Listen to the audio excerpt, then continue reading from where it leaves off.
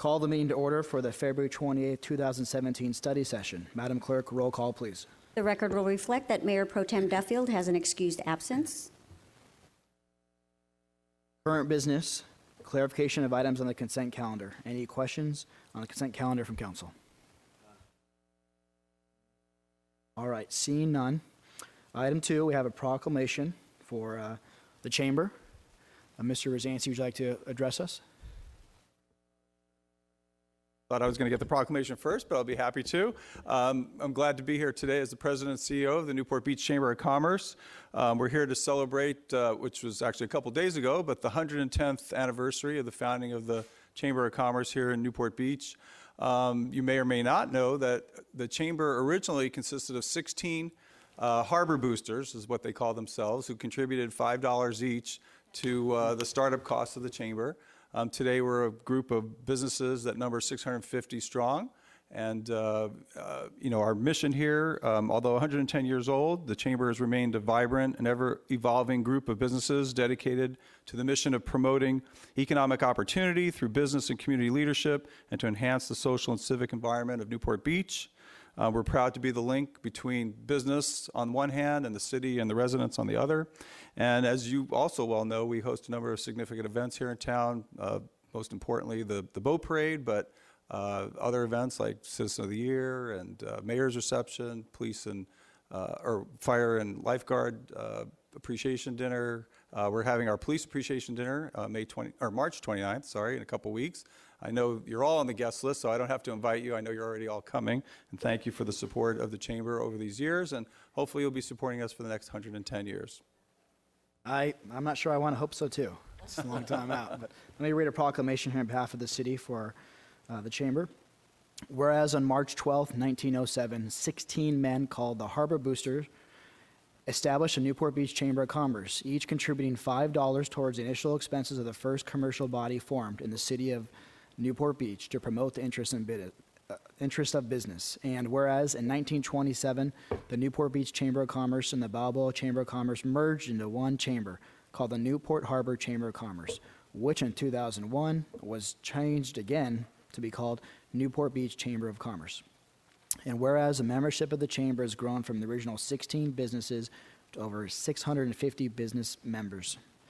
And whereas the Newport Beach Chamber of Commerce is a single resource in the city that connects the need of the business community and its residents and the city government. And whereas the ongoing mission of the Chamber is to promote economic opportunity through business and community leadership and to enhance the social and civic environment of Newport Beach. And whereas the Chamber is the host of many of the signature civic events in Newport Beach, including the Christmas Boat Parade, Police Appreciation Breakfast, Scholarship and Athletic Awards Dinner, Fire and Lifeguard Appreciation Dinner, Newport Beach Economic Forecast, Colonel Del Mar Sandcastle Contest, Citizen of the Year Gala, and the Mayor's Reception, among others.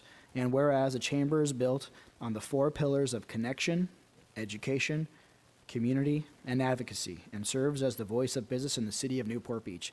Now, therefore, I, Kevin Muldoon, Mayor of the city of Newport Beach, in recognition of the 110th anniversary of the founding of the Newport Beach Chamber of Commerce, declare March 12, 2017 to be Newport Beach Chamber of Commerce Day, and the month of March to be Newport Beach Chamber of Commerce Month.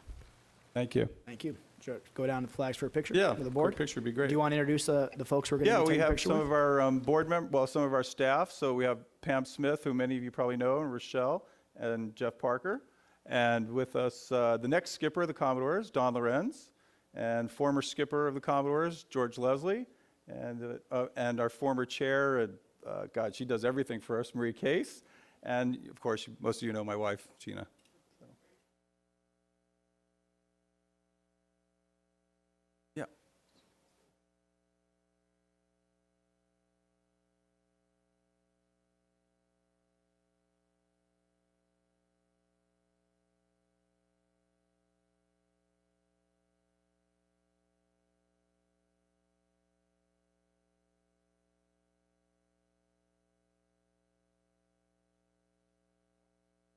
One more.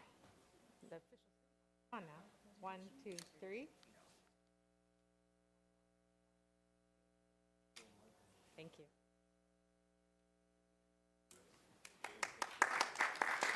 If anybody wants a piece of cake, we'll have a cake outside. Please join us.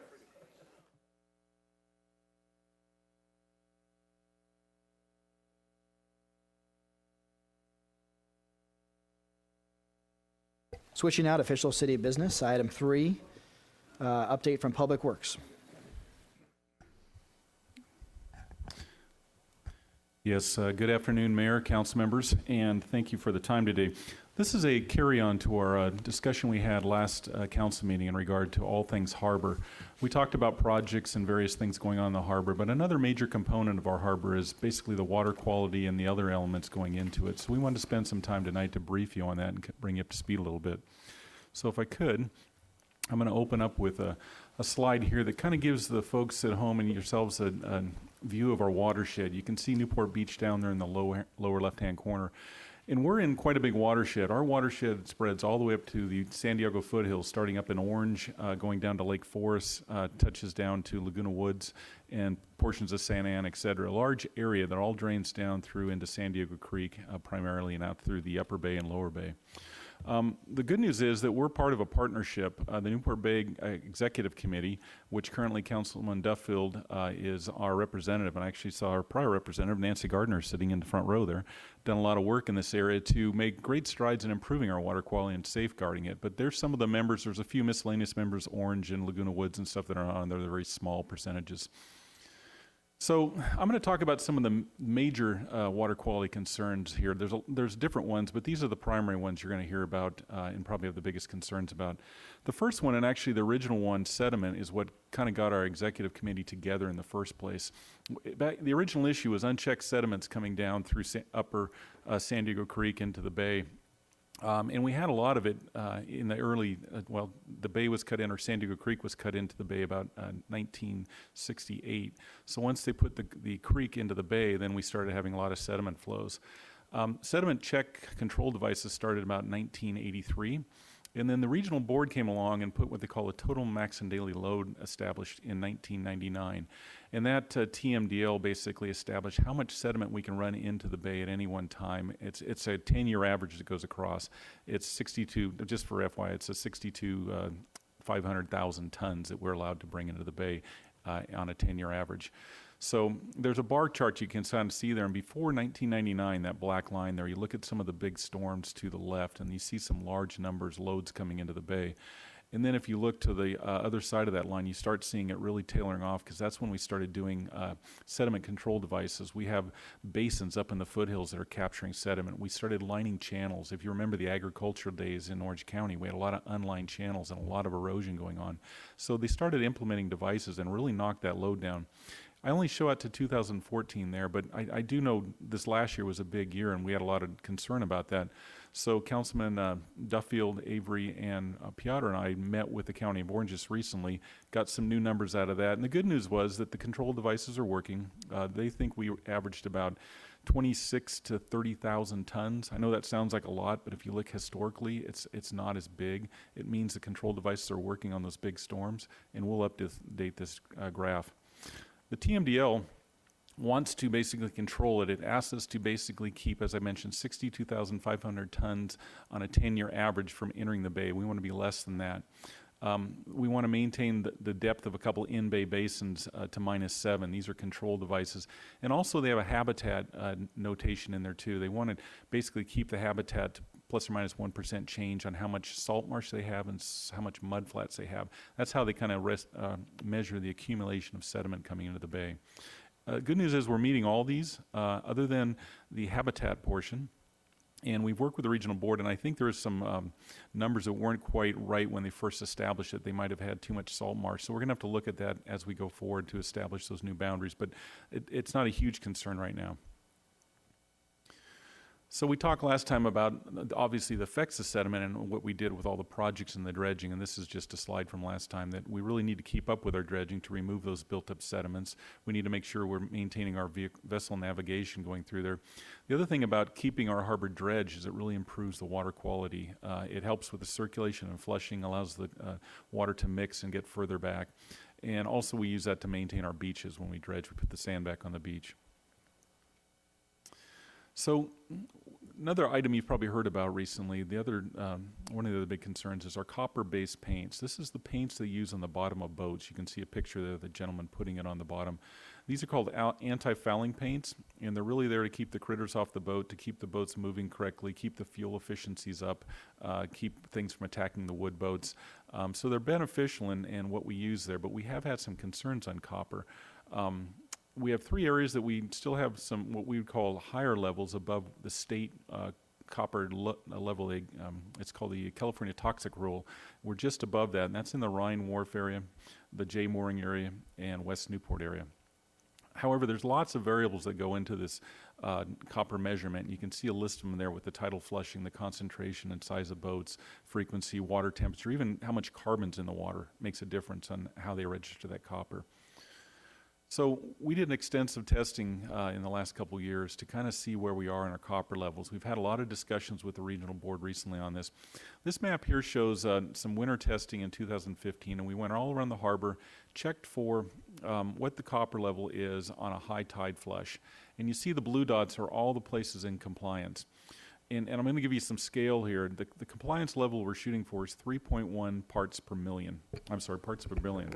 It's a very small number.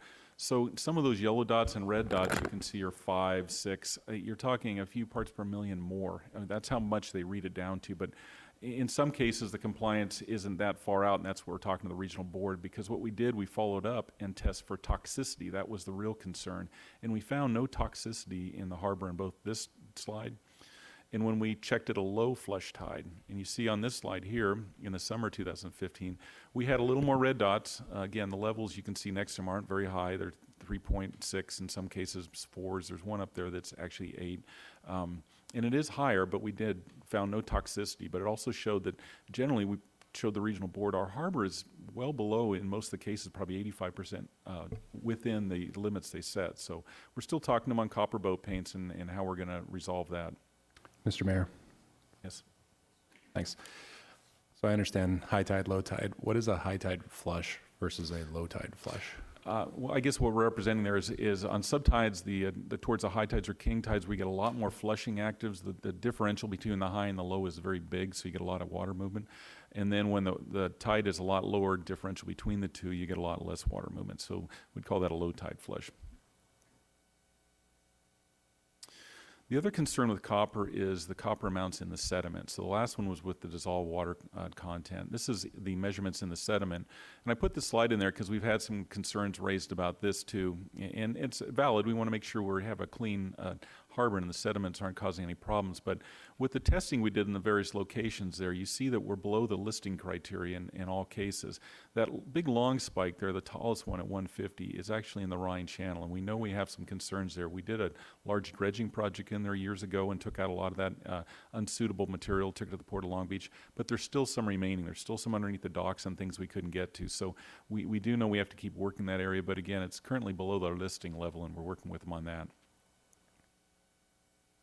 Another area that we see in the harbor is what we call our legacy pesticides. These are organic chloramines, compounds. You probably heard the names of DDT, PVC, chloridane, hard chemicals that were used back in the 60s and 70s. There is a legacy of those, particularly when we had the undeveloped agriculture areas, the Irvine Ranch and stuff that was typically used out there, and some of those are flushing down. So the TMDL was established in 2007 on these, and required to check on that, and it's really looking for the toxicity in the sediments. The good news again on this is those sources of pesticides in the Upper Bay are disappearing. The more we develop some of those old orange groves and avocado groves, we're covering up that material so less is washing off. The other thing is that material has half-lives that kind of degrades over time, so the material is also breaking down, so we're seeing it less and less in the harbor. That's still there, but it's not of the concern it once was, which is good news for us. There are new pesticides obviously coming on board. I won't get into those here, but you can buy pesticides legally at Home Depot and stuff and applied, and some of those are coming down. They're supposed to be less destructive as some of the old ones like DDT, but they still have a residual residue that comes down, and we're looking at that as well. The other thing that we look at in the harbor is nutrients and particularly algae blooms. And we've had some real good news on this. The harbor's been very clean on this lately, and I'll note that we just had a couple lately. We've seen more algae, not a lot, but it started showing up recently again. I'm not real concerned because we had a lot of big storm flushes come down. We probably washed some nutrients and got some sediment loose, and we saw a little bit more on Balboa Island, some over on 19th Street on the peninsula. But again, here's another area that was really severely causing problems. We had a lot of big mat algae in the harbor. So back in 1998, they put another TMDL in place here. And basically what they wanted to do is reduce the loads of nutrients coming down the harbors. And actually the load reductions are up there. They want us to reduce the summer peak by 50% by 2007 and reduce the winter loads by 50% by 2012.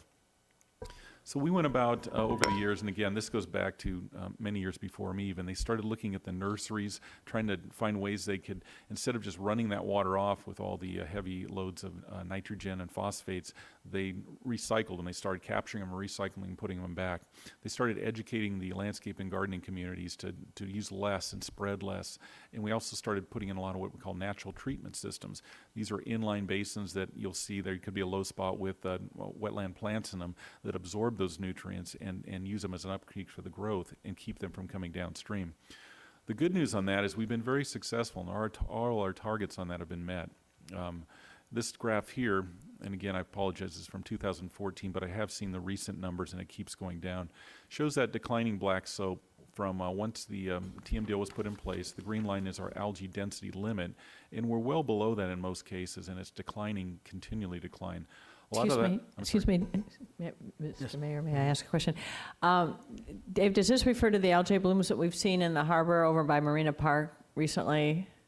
Yes, it does. Some of that's related to this. They like when we have more nitrates and phosphates in the water. We can't exactly explain them. I know you're talking about the one at 19th Street there. Mm-hmm. Every once in a while that flares up. We had another one flare up this year in the Grand Canal and some around Dover Shores.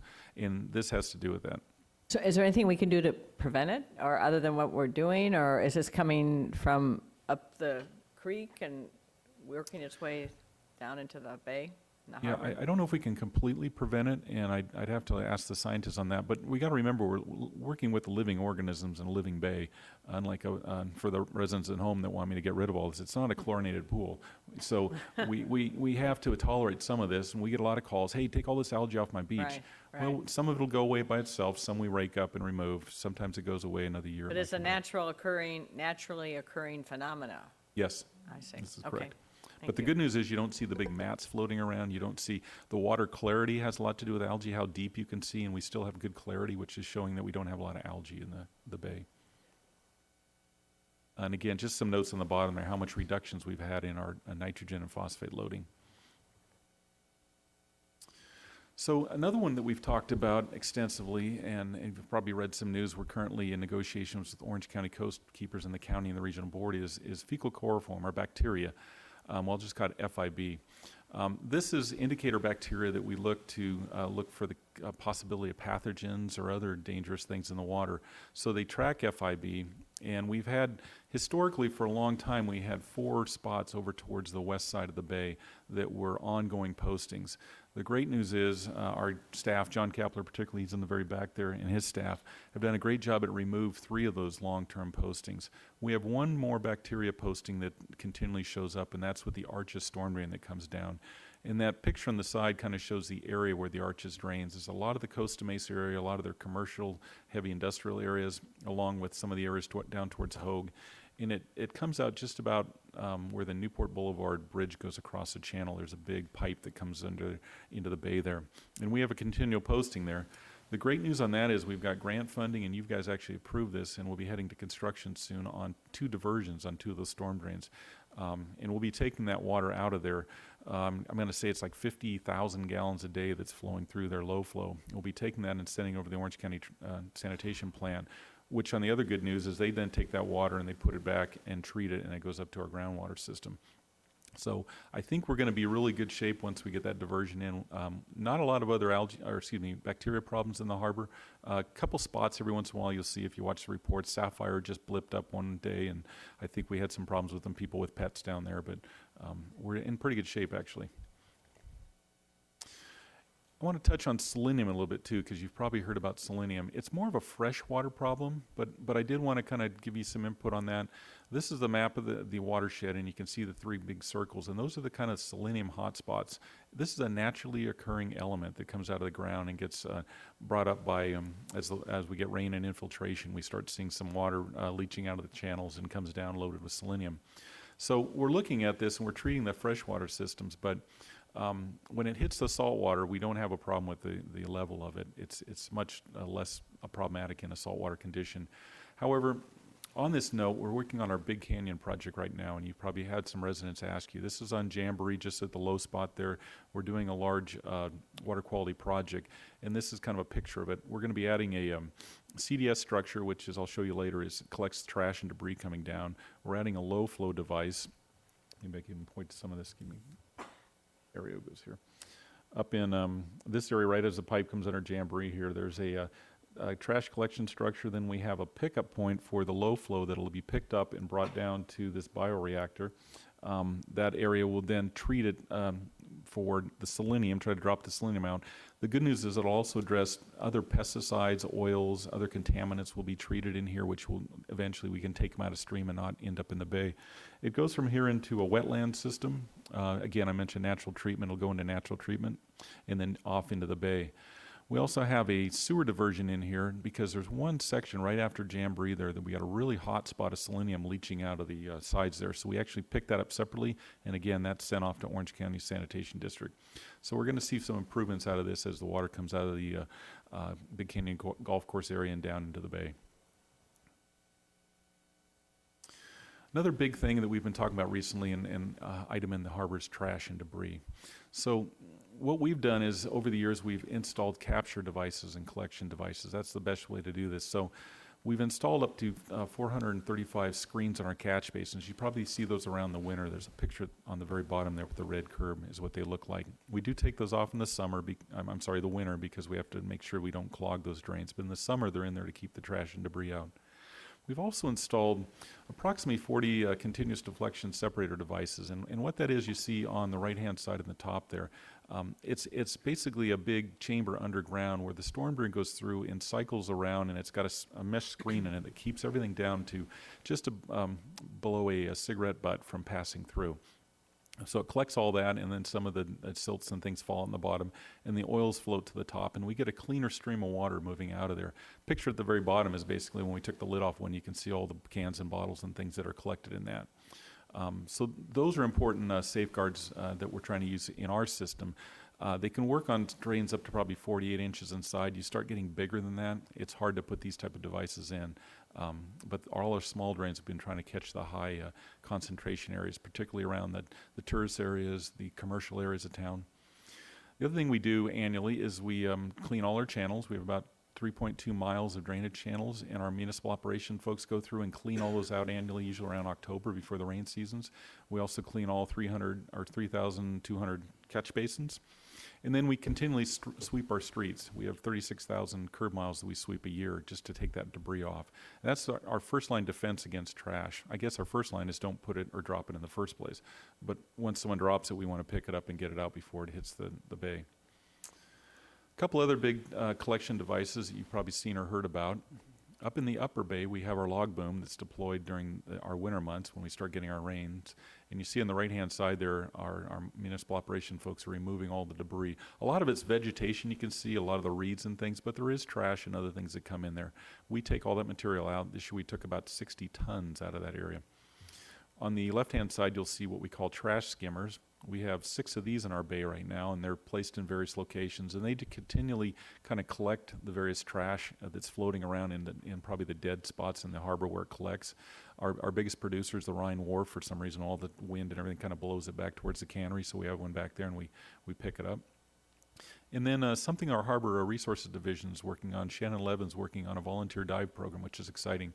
We're asking our diving community to come out and start diving our harbor in various locations, feeling around the bottom, picking up things that fall off boats and other things. So we're going to try to get our first event coming up here soon. There are some areas that we think would be beneficial to do that in.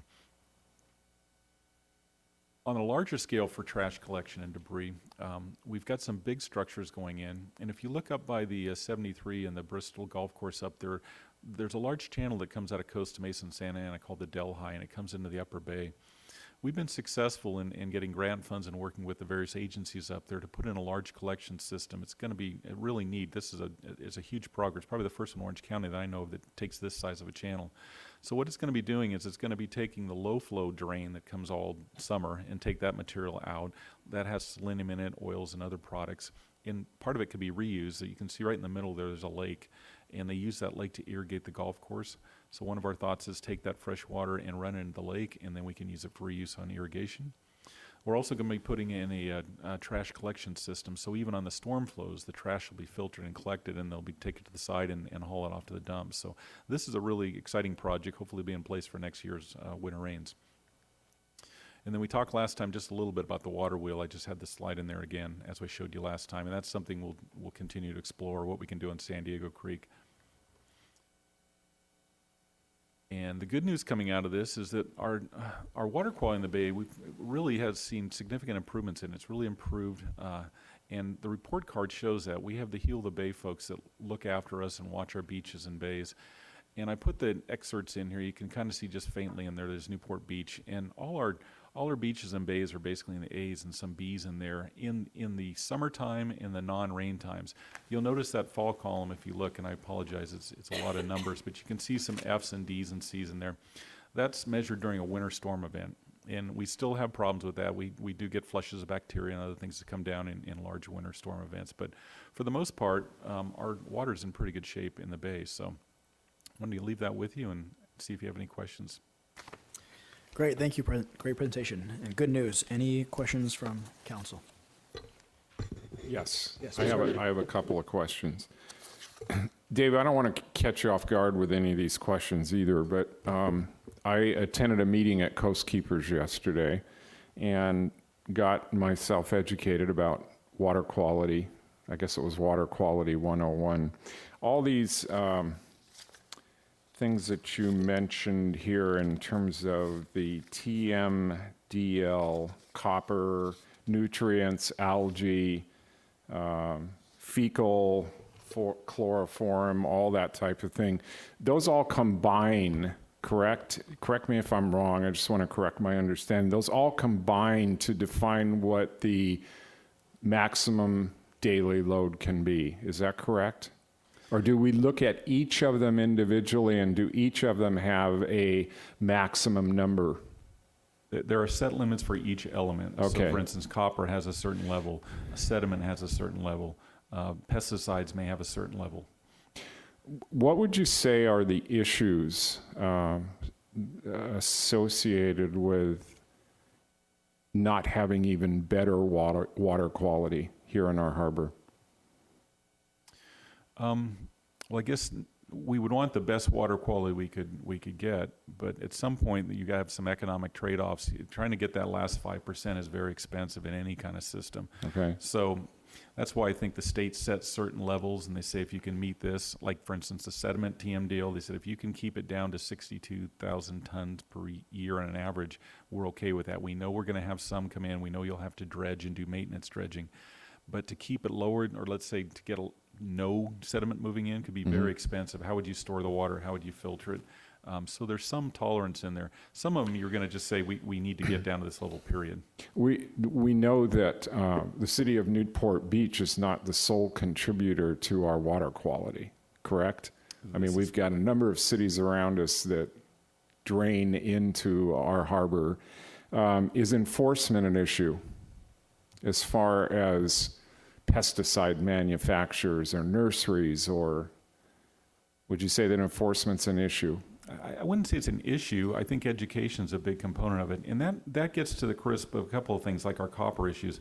On one hand, you've got a lot of legal elements, both the federal EPA and the California EPA Yes. sanction and allow use of, i.e. copper boat paints or pesticides.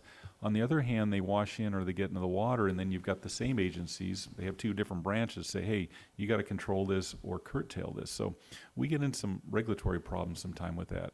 And then one last question. I heard about a stakeholders group yesterday. 6 cities that are working together with the regulatory agencies. Can you talk a little bit about that so I understand it better? Yeah, I think you'd be referring to our FIB or our bacteria TMDL.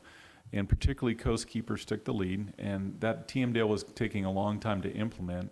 So under threat of some lawsuits and other things, they've got a stakeholders group together, which includes coastkeepers, various cities, and we asked to be at the table because it is our base. So Mark Vukojevic actually sits at the table, City Irvine sits at the table, some other stakeholders, and the regional board's in there. And they're looking at that whole TM deal again because there are some issues with it, but I think coastkeepers' biggest concern is implementation and how fast it's been moving along. So they're now going through that whole process, and we should have hopefully something to report down the road here. Thank you. Thank you, Mr. Piotr. Thanks, Mr. Mayor. Dave, we've been working on this for a while, and as Mr. Herdman pointed out, we're at the bottom of the system, so we do get everybody's junk and trash.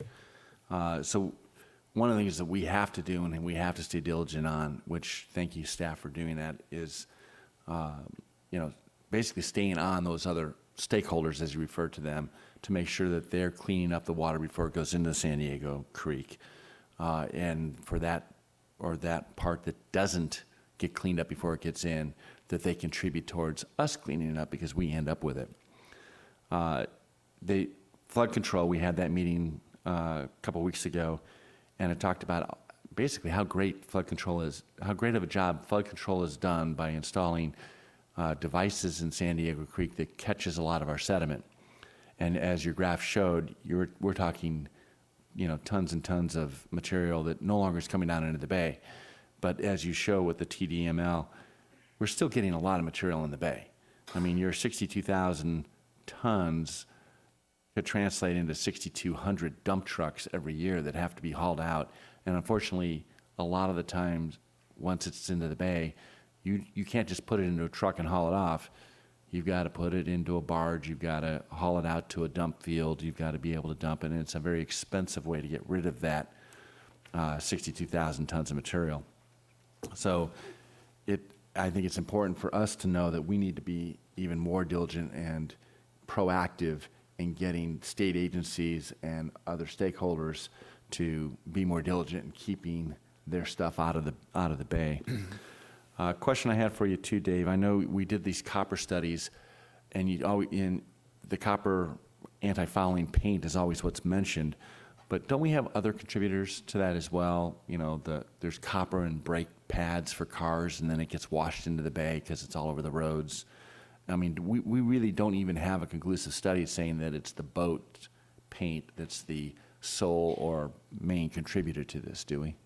The regional board actually has studies, and the primary folks are the boat paints. There are other folks. There's copper rain gutters, roofs. You have brake pads, as you mentioned, although there was recent state legislation that is changing the formulation of brake pads to remove the copper, so that'll come off the table. But if my memory serves me right, I think it's like in the 5% range of all the others. Most of it's the boat paints. The key is where we're looking at, and we've been talking to the regional board, is are the boat paints really causing a problem? There may be in some areas, but what they use is what I mentioned, the California toxic rule, which is a very conservative number. They blanket, and actually the federal EPA gave that to California, said, here, you're going to use this. So it's a federal level they use, but it's not necessarily directly applicable because, like I said, it depends on temperature, how many boats are around, how much carbon's in the water. So we've brought that back to the board and said, this doesn't necessarily fairly represent that we have a problem what you're trying to enforce. So. And then the algae blooms, we've done a lot of good things. For instance, IRWD is taking the low flow situations of San Diego Creek, running it through their wetlands, and then putting it back in. So we've eliminated a lot of the nitrates and some of the pesticides and other things, at least during low flow situations. Obviously, we have continuing work to do. And in the high flows, it's kind of like all bets are off. I mean, you just have to deal with the water. Are we seeing, and that's what you're talking about, we're doing more in the Delhi now as we're trying to That's our next filter some of frontier, that. hitting those high flows. The Delhi will be the first high flow cleansing mechanism. Now, will it take care of a 100-year flow? Probably not, but we really like to focus on what they call that first flush. It's that first 3/4 of an inch of water where it mobilizes everything, starts bringing everything down. If we can clean that up, we're doing significant improvement.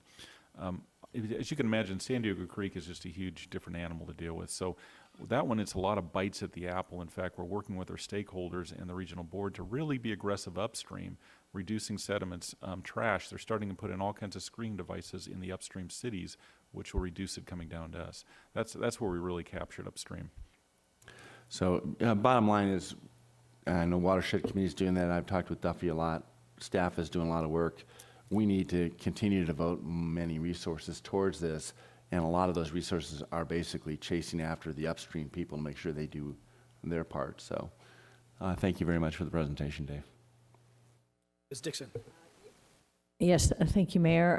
Actually, just to follow along on this, as when I was chair of water quality, this was a topic, the upstream trash. Kind of begs a question in my mind. I'm glad to know that the stakeholder communities are working together. Is there anything more we need to do at the county level to ensure that they work together? Because a lot of it is trash, simply trash, and putting the screens on the drains, I think is, but it's become Newport Beach's problem, and it's a costly problem. What would you suggest in a perfect world that we could do using the county to be our partner in this? Well, what I'd suggest, just for some backup too, recently the regional board has put in some new trash containing regulations in place, and all the cities are now have to take two paths. They have to do almost 100% capture, or prove that by testing that they're capturing a lot of it. So that's going on now, and the cities are starting to, most of them are electing to try to do 100% capture. They're starting to install those devices that'll do that. I think we can work with our funding partners in the county. The water wheel might be an example, or log boom, where we kind of do a backstop. Okay, the small stuff that gets by, what's the secondary catch? Can we do that? And can they help fund that? That would be something we could work on. It's tough working with so many cats, as you know. There's a lot of players there, and they all have their cities with their problems too, asking for money. But I think through our executive committee and your outreach as council to try to get some more money towards those items would be helpful. I know that there's a lot of data collection on the trash, and the trash gets sorted and data analyzed. When will we begin to see any benefit from these increased regulations? Well, actually, you've seen a lot of benefit over the years already, just from the NPDES permits we have in place, requiring sweeping, requiring that you clean out your catch basins. You can imagine how much debris collects up in Santa Ana in a catch basin over the summer, and you catch it and clean that out. If they didn't, it would just sweep with that first flush rain out and all come down towards the bay. So they're doing that now. They're kind of going to the next tier where they're going to do some positive, like a CDS or a screen in front of their catch basin to just try to catch 100% of it. You're still going to have little bits and pieces, things fly off trucks, stuff like that. But we've substantially lowered the amount of trash coming down the channels into the bay. Thank you, Ms. Herdman. Just one last comment, maybe an answer to your question, Diane, and we certainly don't expect Dave to solve this problem, but the reason I asked you about enforcement is because that's perceived to be a huge problem, as a matter of fact. My understanding is that there's only 4 officers that work the entire county in this area as far as enforcement of standards, all the stuff you have talked about today, Dave. We can't solve that problem as a city, but we could certainly put pressure on the county to do so. Enforcement's a huge problem everywhere with everything. All right. Any further comments or questions? All right, let's go out to the public.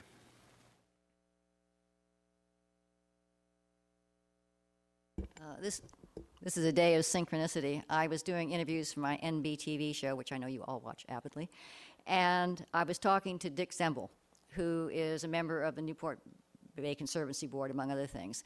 And we were talking about the impact that sea level rise is having in the upper bay. And this is an area where I think we want to start thinking about it, because there is a mandate, as Dave was explaining, about habitation. We need a certain amount of habitat as well.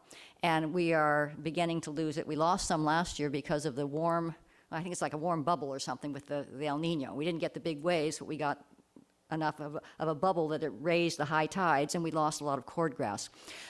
One of the things that he suggested was that when it comes time to do dredging, instead of taking the spoils into the barge and out to the Newport Canyon, that we might start doing light layers and building up some habitat in the bay. So that's something that perhaps the Watershed Executive Committee could look at, and the staff, and just as one of those things that we can start planning for.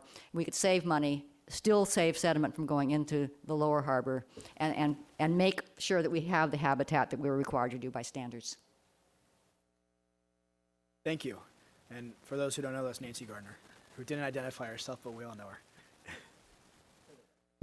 her. Mayor Muldoon, Dennis Baker here, and my compliments to the staff. As some of you may know, I've been involved in the water quality for quite a while, and I want everybody really to recognize that this city has done a tremendous amount to improve it. Your predecessors have always been very supportive of water quality. The staff has always done an excellent job of getting that, so that's my compliment. The one thing that I'm curious about a little bit is I spend a lot of time in the Upper Bay. I lead tours up there, and one of the things that I'm aware of is, and this is totally anecdotal, but the storms, the large flows as a result of the storms, have really reshaped the Upper Bay. And there's what were maybe a 4-foot drop-off has now become 6 inches, and that's all spread down. So the whole look and the whole Upper Bay is kind of flattening out. So my point of mentioning that is that I'm wondering if there is, and this staff may be able, Dave may be able to respond to this, I'm wondering if there is ongoing monitoring of the depths and the depth changes, because what I really would not like to see is any surprises regarding sediment buildup in the bay. And it is one thing about measuring it coming down, but also when we get these large flows, it definitely reshapes and kind of flattens out the bay. The stuff up above kind of starts to fill in the bottom and so on. So that would be one of my queries. Thank you. Answer Mr. Baker's questions. Do we have any information on that?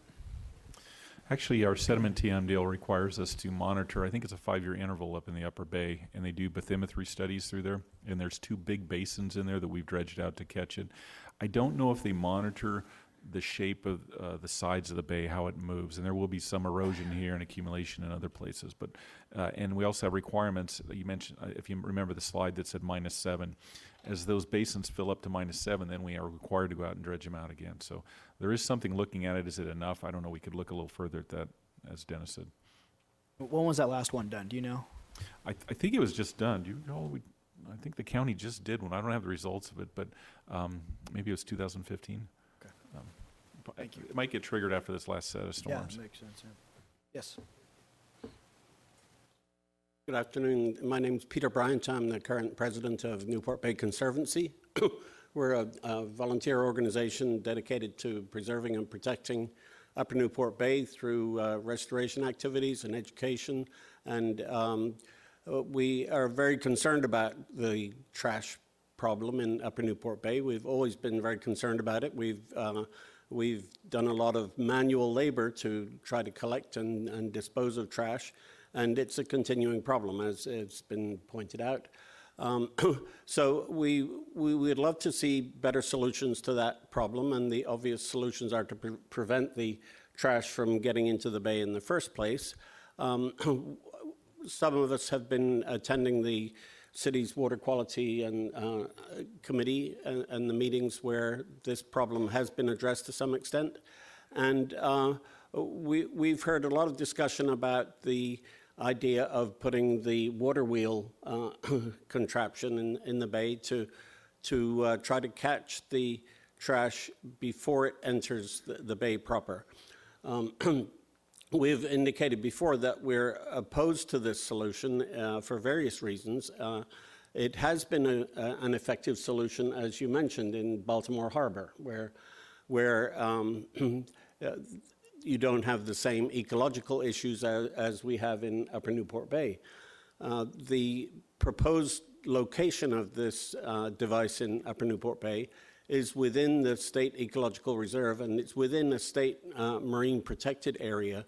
And for both reasons, it's an inappropriate area, an inappropriate location for that kind of construction. In fact, I believe it's against the law to construct that kind of facility in the State Ecological Reserve. So we've indicated before that we're opposed to that particular solution, and we hope that the city will continue to explore other solutions, especially upstream solutions.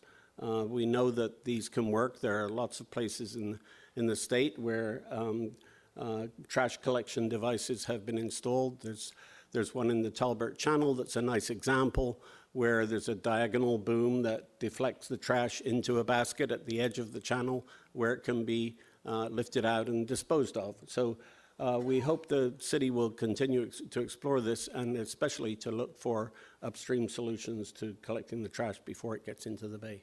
Thank you very much. Thank you. Any other comments? Yes, good afternoon, Mayor Muldoon and members of the council. My name is Nancy Skinner, and I'm much like Dennis Baker said, those of us that have been involved with water quality for 30 years or more, want you, if those of you are fairly new to the community and to the city council, want you to understand how wonderful our city has been. Our staff has been terrific, they're supportive, and we've gone a long way to get it where it is today. So I'm very, very grateful, and I thank you, and I hope, as Dennis said, I hope we can continue that. Thank you. Thank you. Any other comments? You said new to the city. I'm new to the earth compared to how long you've been doing this. So thanks for your activism. Any other comments on this item? All right, seeing none. How about from the colleagues? No. Thank you, staff.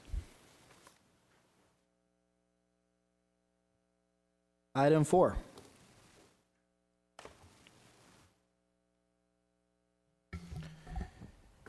Thank you, Mr. Mayor. My name is Chris Miller, Harbor Resources Manager, and I'll be giving a presentation along with Deputy Director Simone Georges, talk about or give you an update on our commercial marinas and specifically with the rates and what's been happening with them. We'll take you through a little bit of history to acquaint the City Council on just a broad level perspective, and then we'll go into the appraisal and what it is that we'll be discussing and bringing back to council at a future date. So how many commercial marinas do we have in the harbor? We've got about 60, and most of them are the smaller marinas. As you see, 10 are larger, and then we have other uses that fall in that commercial marina category: restaurants, yacht clubs, fuel docks, shipyards, and so on and so forth. This is an example of how we categorize our commercial marinas. We take their, what I call, box of water that we permit or lease to them, and that box are all those colors combined, those areas. But then, to be fair, we divvy up those areas based on how that marina is being used. So as you can see in the legend, it's a little bit hard to read on the bottom right-hand corner, but for instance, the red hatched area on the upper left is for charter uses. So there's a slip there. That's where the flyer is, actually. And so that would be charged a certain rate, and then the yellow area would be charged a different rate, let's say, or it has a different square footage. So we can divvy up how those different uses are used in a commercial marina. So just talk about briefly our history. We've had a lot of stakeholder input going back to 2012, 6 meetings, some committee speaking events. We've distributed materials and letters and quite a bit of outreach and communication way back when, and a lot of community input. These next few slides will tell you how this evolved and what steps were taken by the ad hoc committee and the city council and kind of their thought process and how it evolved, because it did. And you'll see, in September of 2012, we proposed an increase of rent from 36 cents a square foot to $1.45 a square foot, and with a proposal of charging 20% of your gross revenue and to be phased in until year 2020. So that's in September 2012. But then in October, that was further adjusted to drop that percentage from 20% down to 18.5% of gross slip revenues. Also to establish a 9 marina index. In other words, we would look at 9 marinas and figure out what they're charging for their slips in each category of 20 to 25 feet, 25 to 30, and so on and so forth. And then we would combine all those rates and come up with a basket or an average for each category. The City Council also approved a model lease template and permit. They set the rate for the large commercial marinas and phased it in over 6 periods. And then the following month, the committee further modified their recommendations to reduce the gross slip even further down to 16%. And again, the index and phasing in over 6 steps. And it would reach full market value in 2018. This shows the other uses and what we are charging for those other uses. So you can see large commercial marinas, they will be at $1.68 per foot, per square foot, and the smaller commercial marinas would be at $1.26 per square foot. But the other uses, as you can see below those, are divided up or reduced mostly because they provide some sort of visitor serving, public access, recreational need. They satisfy that goal, that overall goal of our harbor. And the council at the time felt that those different categories should be given a reduction of rate from the top 2 lines of $1.68 and $1.26. So this next slide or two kind of goes over the history of what staff has done in the past couple years. In 2014, the index was dropped to 35 cents a square foot, and that's just because that's what the index dictated, and that's the beauty of having the 9 marina index. We added up all the figures, and it dropped by a penny. 2015, further discussion at a city council study session. And then also in 2015, we decided to pause the rates at 35 cents a square foot because we were hearing from the commercial marina operators, owners, and there was some requests that, hey, maybe we should take a look at this again, and we'd like to come back to the table. And so we froze those rates, and then in 2000... Mr. Miller, I'm sorry, question from the dais. Yes. Could just ask a quick question. Did we ever implement the 2012 various rates that were discussed at the prior council? Was that 2012, November 2012 at 36 cents, was that implemented? Yes. But it wasn't ramped up, and so it froze basically at the first level. Okay.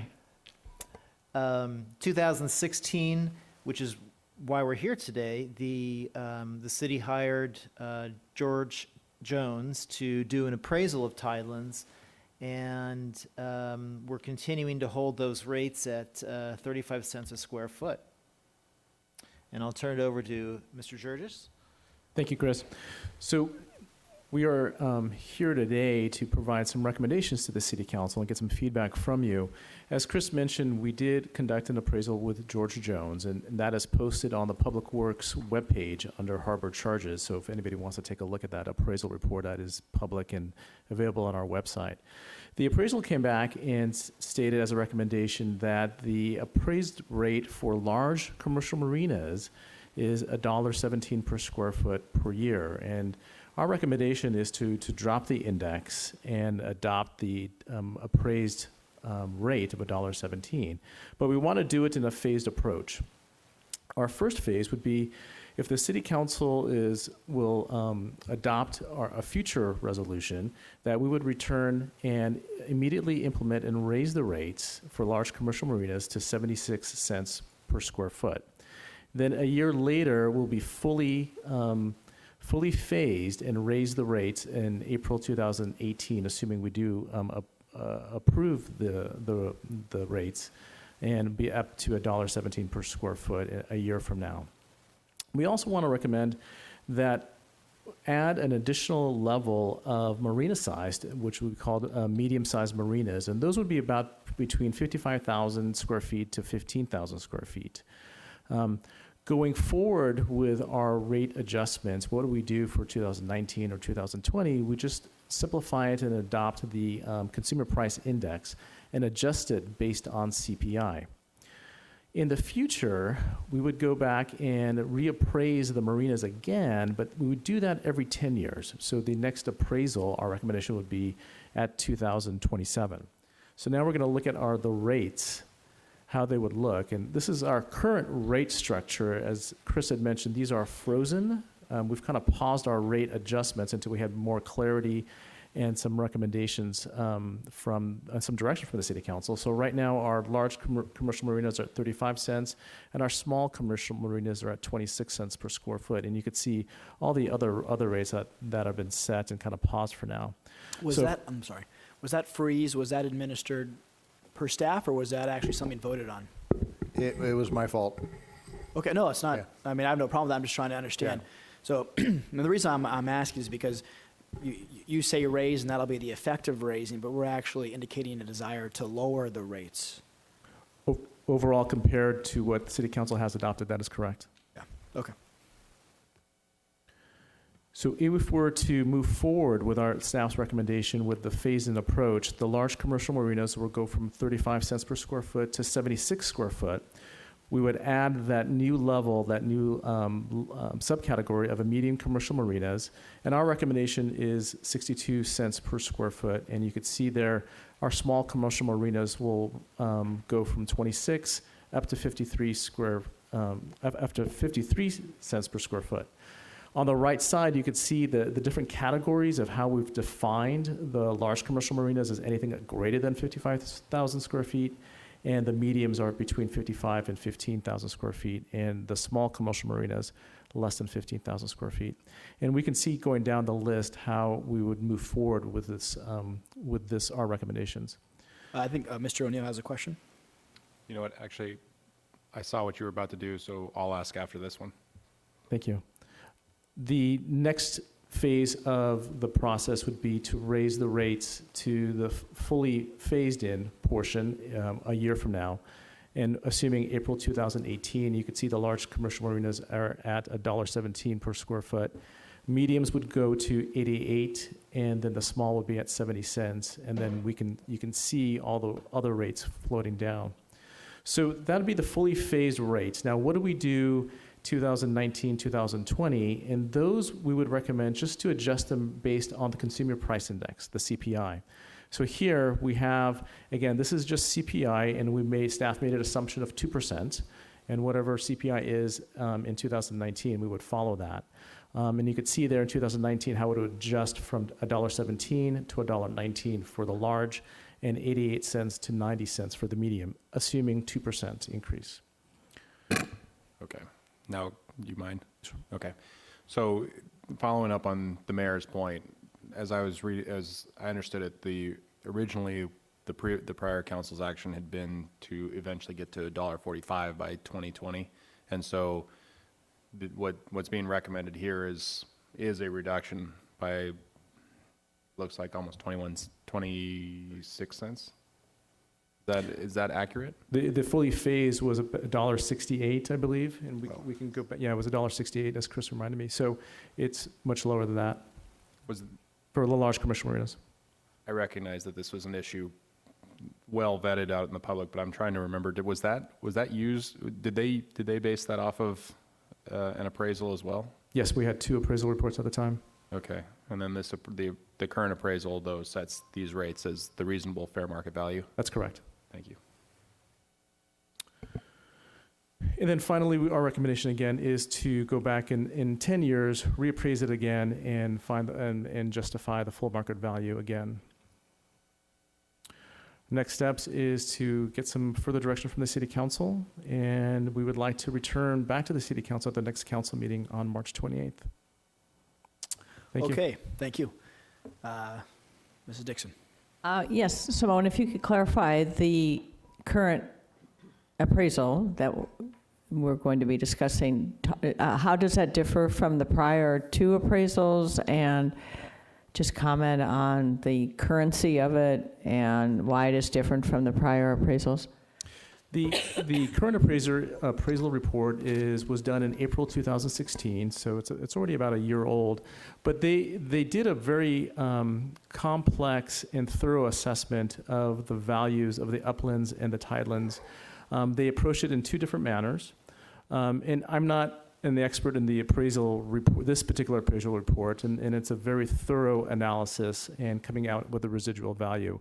We've spoken to the appraisers, and they stand behind their analysis. I've spent many times reading it myself and trying to understand it. Again, it is a very complex document. It's available for the public to read. We do believe in this report. Thank you. Mr. Avery. And just to try and get a grip on it, the George Jones appraisal did not, we've got different rates here, did not include medium or small marinas, is that correct? It did include small marinas, but we don't have the medium marina category, and we are speaking to the appraiser currently in trying to get more clarity and values from them. So the small marina, what was that appraisal at they came out square foot? I think we have to... So I guess what I'm trying to go is what would the annual rate be for a small marina? Chris, if we took a typical marina, I guess if it's 15,000 square feet, it's going to be, we're talking square feet of dock, right? Yeah, so we would take 15,000 times the small marina rate, Right. which is $1.70. So I could do the math right now. Yeah, not to put you on the spot, just to get an idea of sort of the raise we're doing. And then my thought is, and then what percentage would that be of the income? And I know that would be impossible at this point to tell, but just sort of a percentage of, I'd be interested to know later, just what percentage of a gross would be on something like this for the average, an average of each of these size marinas. Because I know we figured it that way before. I can answer the first question just doing the math on the calculator, taking 15,000, assuming the highest or largest small marina, and times it by 70 cents, you get $10,500. Mm-hmm.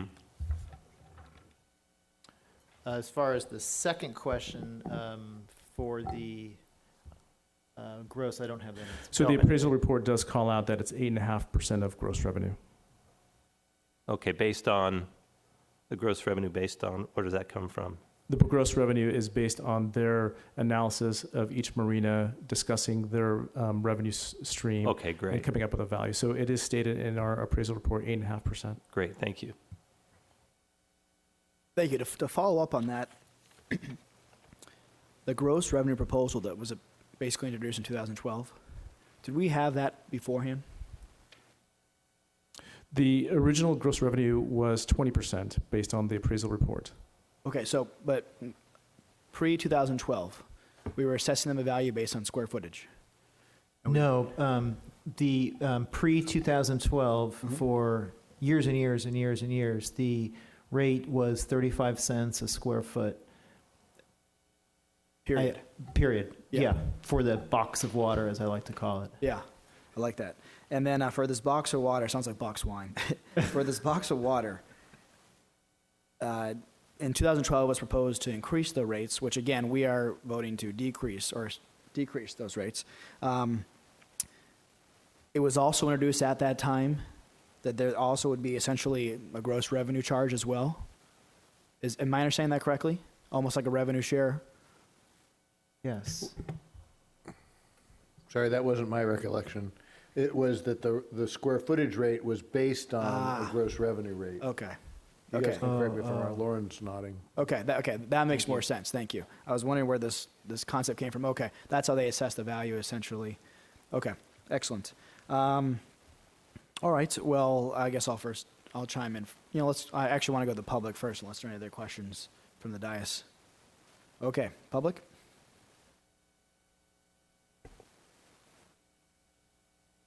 Hello, my name is Sarah Kleinberg. I'm a partner with Jackson Titus here on behalf of Golden Hills Properties. They're the owner and operator of a large-scale marina at 3333 West Coast Highway. We just wanted to voice our support for staff's recommendation and also to thank staff, Simone and Lauren, and of course the council for their time. Thank you. Thank you. Mr. Mosier. Thank you, Mayor Muldoon and members of the council. My name is Jim Mosier. This is not my subject and not one I understand too well, but as my understanding of it, we're basically renting the right for people to obstruct access to public water. That's why we're charging a fee for this.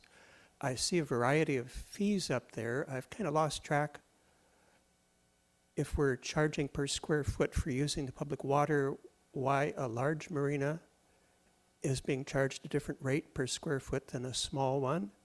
It seemed to me the owner or operator of the large one could just subdivide it into a bunch of small ones and get the lower rate if they wanted. I understand why some of the uses have smaller rates because they are, as we heard, providing some kind of a public service. So that seems, I guess, in some way to apply to the homeowner one. I especially don't understand why the yacht clubs are getting the highest rate of anybody. Thank you.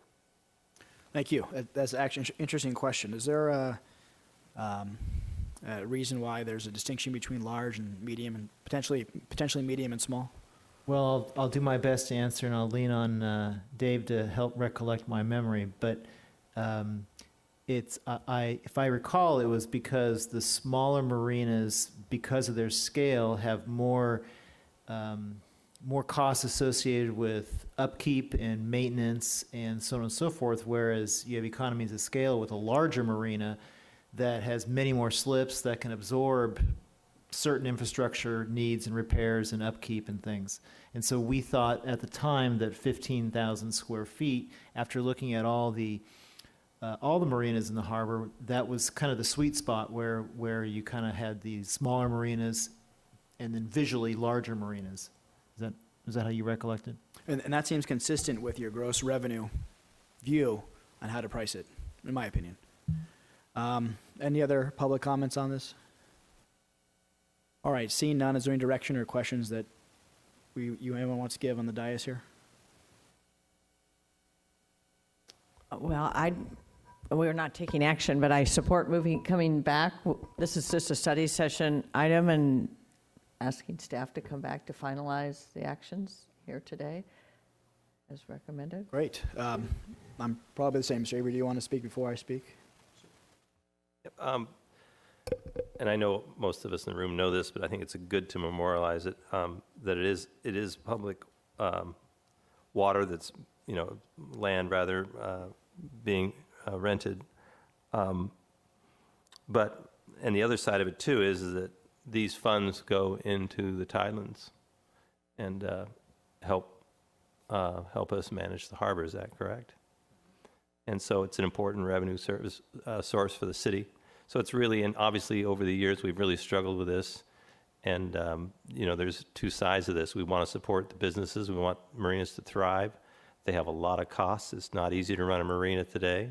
There's just costs. Different things keep showing up all the time. And at the same time, we have a responsibility to get what we believe to be market value, and I think it really helps to have an outside person like George Jones give us the latest update on that number to give us some cold comfort that we're in the right direction. And we continue our partnership with the marinas and the businesses, and we're going to deliver some additional funds to the tidelands. And I know we've on the council are really want to be. Make sure, and staff knows this, that the tidelands funds are directed to the tidelands, to the uses, so the people that are running those slips are getting the benefit, and the marinas as well. Thank you. Thank you. Any other comments? I would like to say that I appreciate staff working with business on this. I don't believe the operators of the commercial marinas and docks had any interest in doing something that was unfair. I believe this is a more appropriate appraisal given the knowns about Newport Beach, and that is something that I think this appraisal reflects. If we're going to do a medium marina rate, I would prefer if we could get them to opine on that, so it's not just us picking a number out of the wind. I appreciate the business and the city working together, and I support this reduction in square footage charge. So I'm sure you have enough, Mr. Kiff, from us. Thank you so much.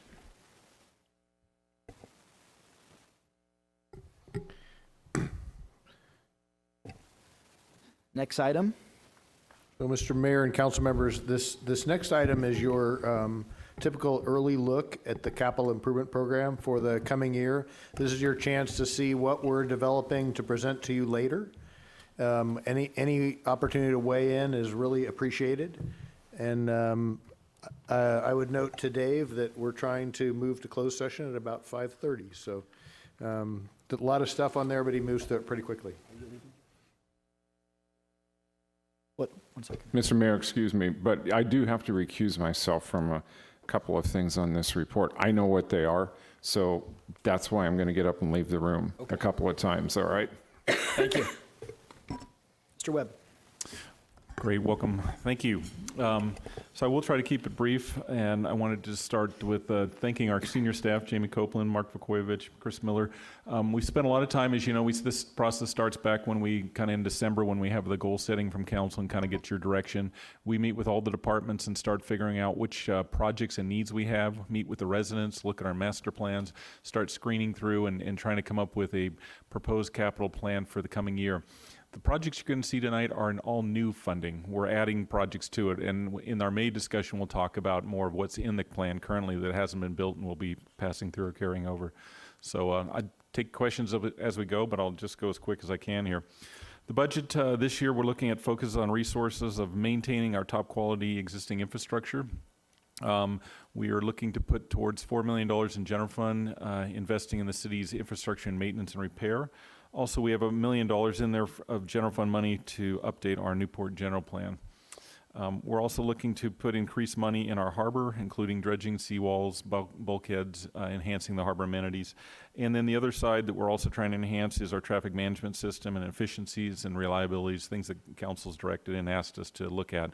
That would include adaptive transportation systems, intelligence systems, things like that you'll see. So our first category that we have is facilities.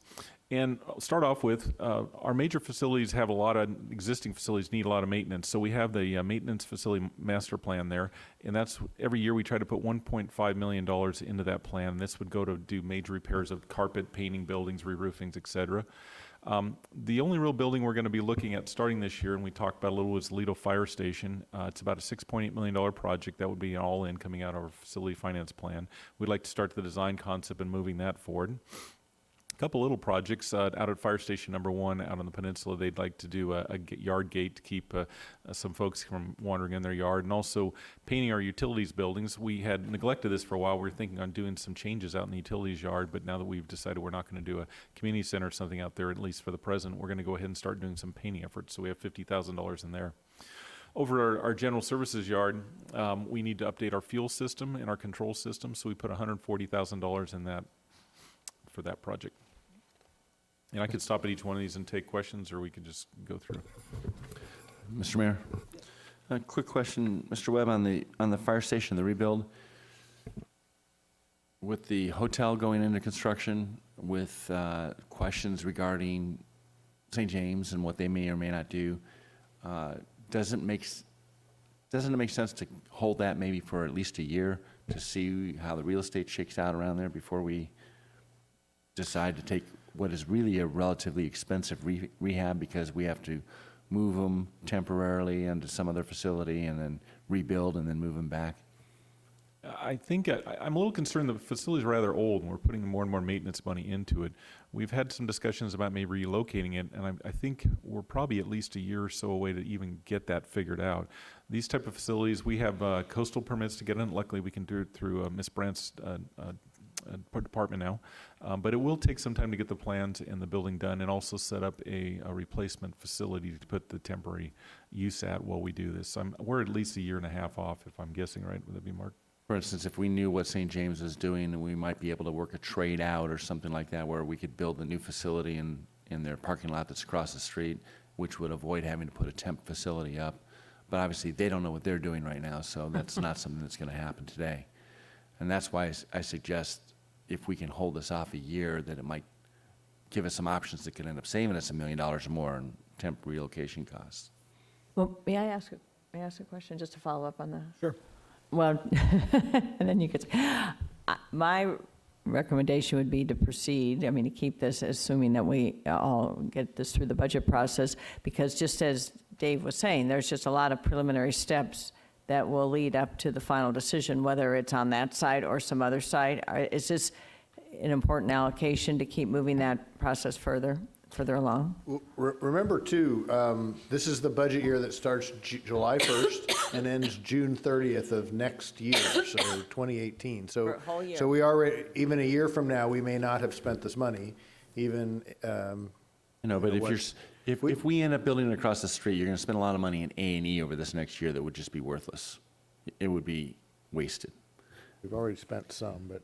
We haven't, I do apologize, we have funding for design this year. We haven't started the design, so it's actually an $8 million project, but same conversation. We've done a little front work, we've talked a little bit about relocating it.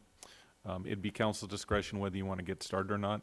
I just know that it's, if I remember right, it was a 1953 building or something. We've done a lot of work on roofs and other things there.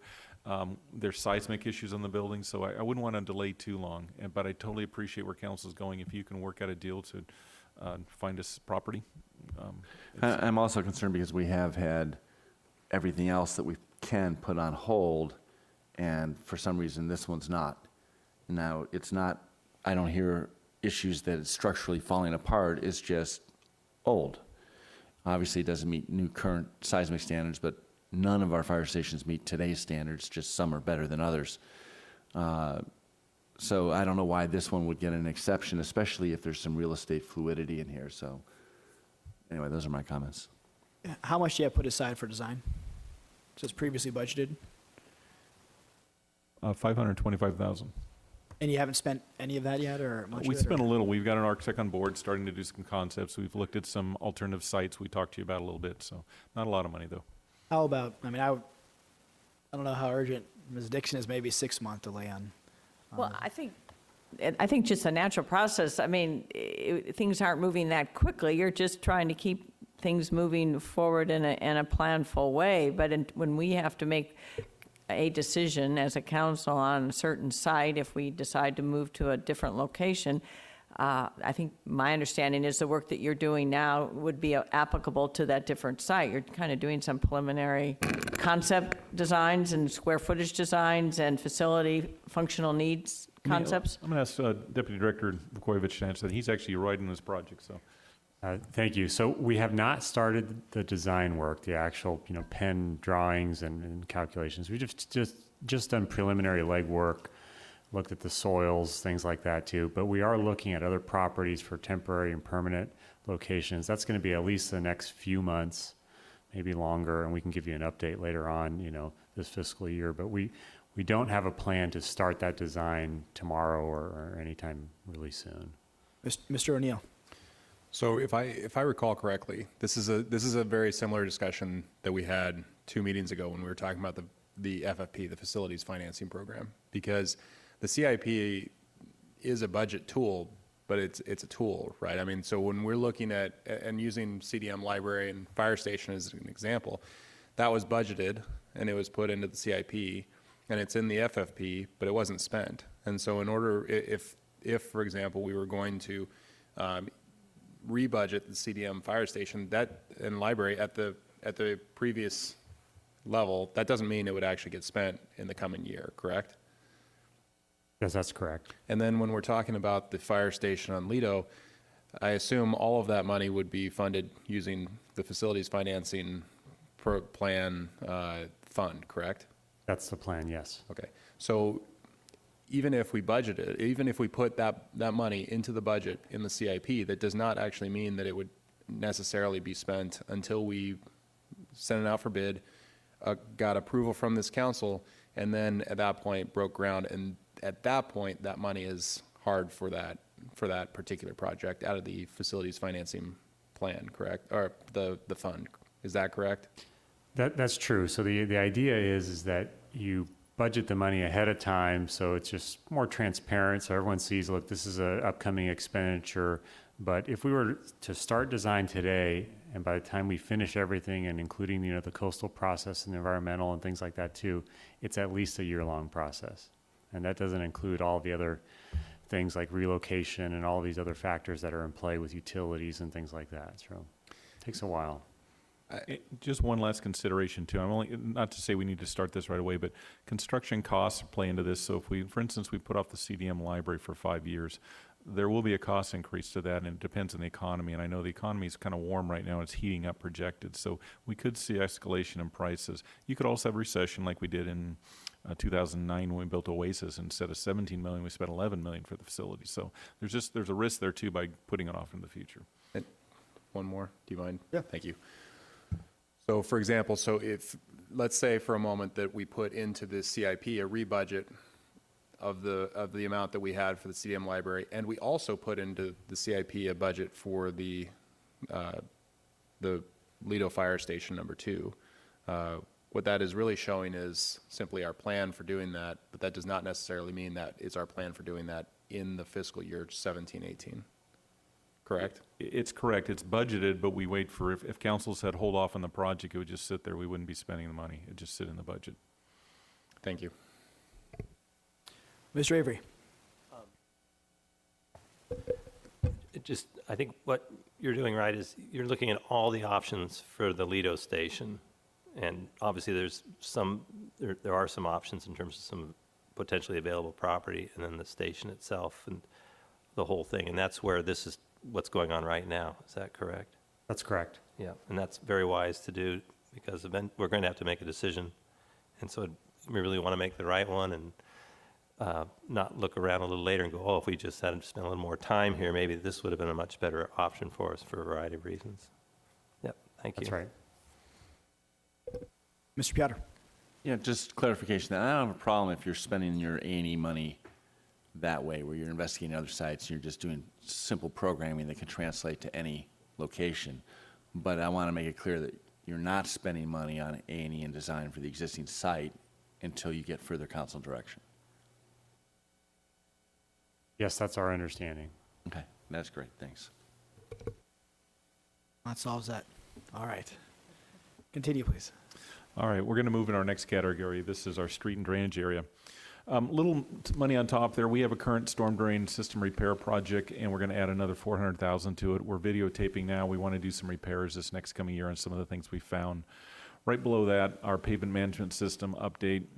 We look at our arterials and local streets on a regular basis. Every 3 years, we look at our arterials. We need to do some testing on that this year coming up so we can get the pavement indexes right. Next project on there, and forgive me, I'm going to go a little fast because I respect your time here. Annual neighborhood slurry program. The Harbor View, Seaview, and the Spyglass neighborhoods are up for next year. And right below that is our concrete pavement rehabilitation program, about $1 million, $925,000 in that. The streets are listed there: Ocean Boulevard, Carnation, some of the other areas we've been talking about. Next slide there. Under our arterial highway pavement repair program, we put in $150,000. This is basically pothole prevention. Our municipal operation folks do a great job on our local streets and collectors. Fixing potholes on arterials is a little different, so we use a contractor to go out and take care of that. Below that is our asphalt pavement replacement rehabilitation program. This would be your overlays. We got 3.2 programmed in that. The streets we're looking at doing are Irvin Avenue there from 16th to Dover. We have some work on Hospital Road. Also Marguerite 5th to San Joaquin Hills, and MacArthur from Ford to North City limits. And then we have our annual concrete program. We usually do this in the fall, and this goes in front of our slurry seal program, so the same neighborhoods are done there. We'll do all the concrete work, then come back after the winter, and we'll do the slurry seal over the top of the cracks and cuts. And then we had a project in here, a West Coast Highway median landscape. We talked a little bit about this at the goal setting. I think we felt our direction is to move forward slowly on this. It's about a $4.5 million project, so we want to throw the first couple phases in here. $1 million possibly programmed for that. Under transportation, we have a few programs we'd like to do here. We've talked a lot about the oceanfront bike trail safeties, and we're not quite sure what we want to do here. There's been discussions about extending the trail. There's been discussions about maybe doing some other improvements.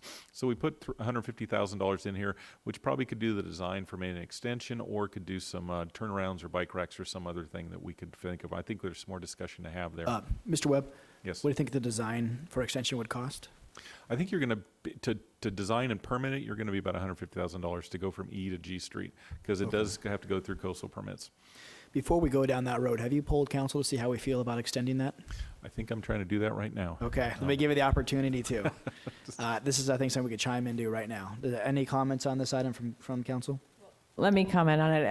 As Mr. Webb knows, this is very preliminary. I've met a lot with, in fact, as recently as last Thursday, with the residents. This is to be premature. No one wants to extend the bike path at this point until we really understand that we've dealt with the safety improvement issues specifically at East Street. And there's some ideas that we've discussed. So that's why I'm glad we're calling this bike safety improvements. We're not talking about boardwalk extension, because I think that's preliminary. That's premature at this point. So just to be clear, because I don't want any money spent on the extension, design, thoughts, not even a city council hour, until we get sure the residents actually want it, particularly the residents who live right there. So this $150 does not go towards extending the boardwalk. Understand. No, I'm asking, I'm sorry. I'm just confirming. No, currently, we've changed that. We're waiting for basically direction from council through Diane. If you have town halls or she gets consensus we want to do that, we could do that. If we want to do something different, some safety measures, maybe some turnarounds or bike racks, we could do that. If we don't spend all the money, it'd surely go right back in the general fund. But we'll be looking for council's direction whether we go forward with an extension or not. To that point, I have a town hall on April 3rd. This is the topic of discussion to get more clarity around it. As I say, I agree, there is no sentiment for extending the boardwalk, but it's to improve the safety at East Street. And so there are a number of areas. And also, you had talked about doing some safety around Newport Pier area as well. I don't know if some of your conceptual design talks about bike path safety through McFadden Square. We could look at that further. We hadn't fully developed that, but if you choose, we could use this area again, ocean front safety. Because that's an important safety area. That's no extension. It's just kind of creating a safer path. That one's a little more challenging, but we could work out something on that. Moving on to annual traffic signal rehabilitation, we try to do 2, 3, 4 signals a year. So this is $500,000 to replace wires, lamps, heads, pole boxes, to try to keep our signal system fit. Citywide street signage and striping, we're adding money to this. We usually do $90,000, $100,000 a year. That takes care of our striping, pavements, miscellaneous bike trail things. This year we anticipate more because, as you know, we're doing a crosswalk study on the peninsula, and we expect some things coming out of that. So we thought we'd put some money in there. Our estimate's $250,000 now. I'm not sure what that's going to entitle when this study comes back to you guys. Then moving on to our next area. This is first, in fact, Mr. Herman, I was going to say. I just wanted to note that Councilmember Herman's recusing himself based on a real property interest. So with Mr. Herdman out of the room, our first project there is our Grand Canal dredging. As you know, we've dredged the first phase. We're hoping to dredge phase 2 and 3 next year, so we have $800,000 in that area. And I think we're clear for Mr. Herdman to come back.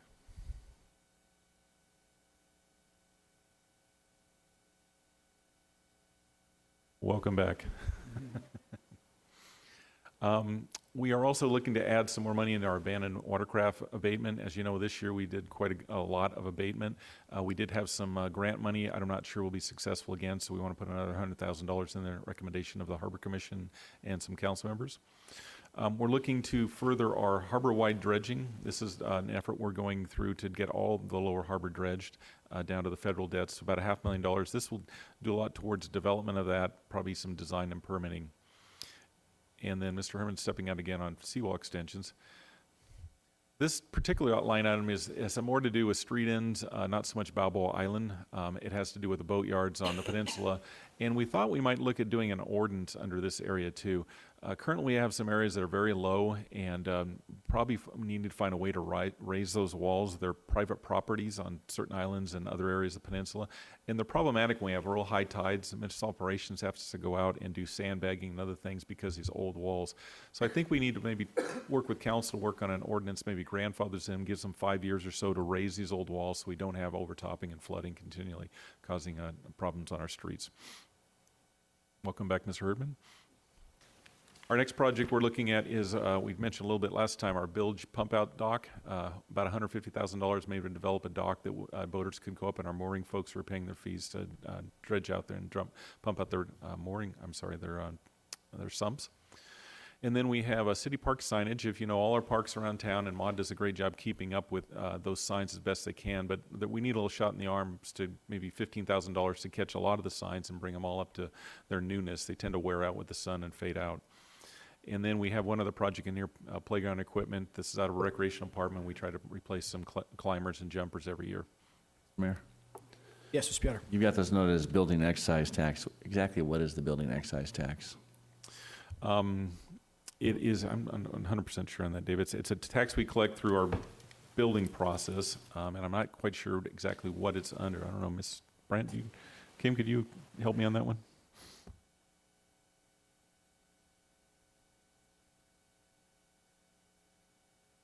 Kim probably has a more exact answer, but it is an element of the development fee, and it's for the benefit of specific improvements to called out improvements for either libraries, recreation, or fire stations.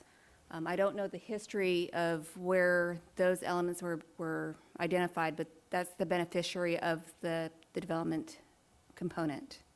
So we've got like a 1% development systems type fee that we charge for every building permit we issued, and this is just a portion of that? Yes. I believe that's correct.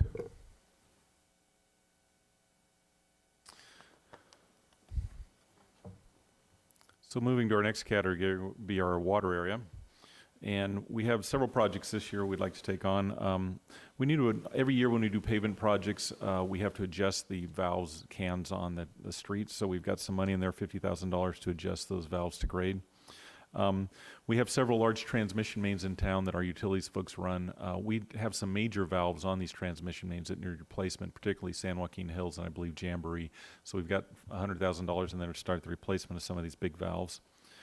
In our bay and channel area, we have several water mains that cross the bay, and they're relatively old. They're cast iron. They're in our master plan to replace. So we've got $200,000 to do the design of that. We may end up replacing them. There's some new technology that maybe we can slip line them, so we're going to be looking at that too. But a lot of work to be done there. Also, our utilities folks would like to have some paving up in the Big Canyon Reservoir site around their facilities and repave that area. Some other projects in, there's only $150,000 for that one.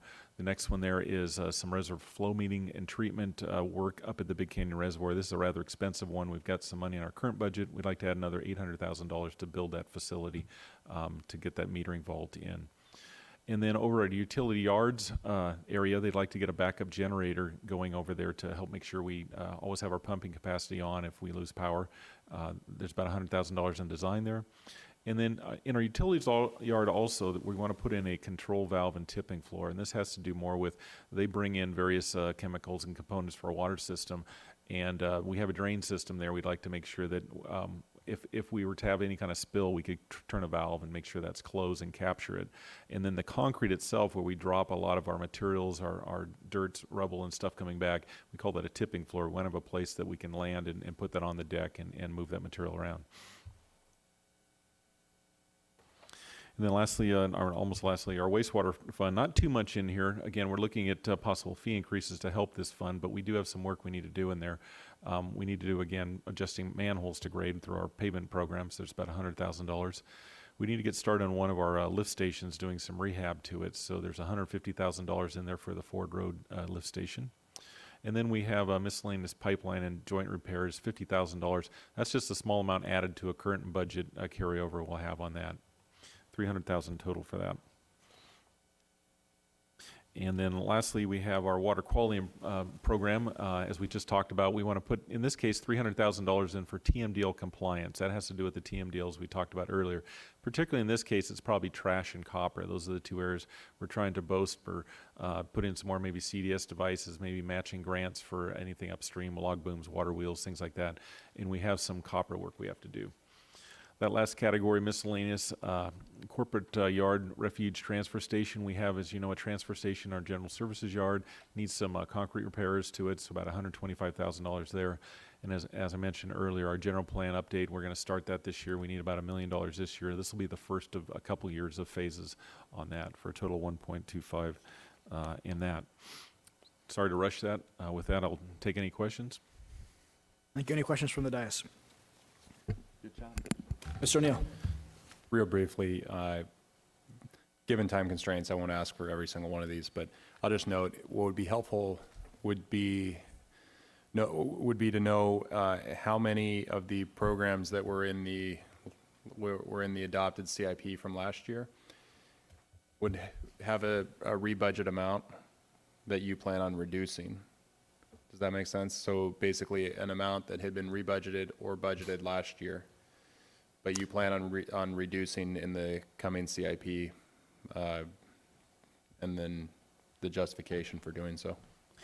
Yeah, we'd probably have to work with you on that, just on rebudgeting themselves. This is just the new programming. I think I made that point, but there are, as Councilmember O'Neill is talking about, there's a lot of projects moving through the system. Some of them don't get done every year. We have to carry those projects over, and we call that a rebudget. So probably in our May discussion, we'll have all those listed for you. I can get those to you individually if you have concerns. Not too many of them will go down. They usually go, and if the project's done and there's leftover money, then that money falls back in the base budget where it came from. Sometimes we need to ask for some additional money during the year. There were a couple projects we talked about, and I've got to work with our city manager maybe if we're even going to go forward. Obviously, the two facilities we talked about tonight with the CDM library. But there are maybe a couple bike trail grants that we were originally going to do. Maybe we're not going to do that now, and that money would just drop out, if that answers your question. It does. Thank you. Mr. Herdman. Dave, what are some of the costs associated with this $1 million for the first phase of the general plan update? I could tell you, but the best person for that would be Ms. Brandt. And okay. I'd invite her up, but I know we've got a lot of studies to do.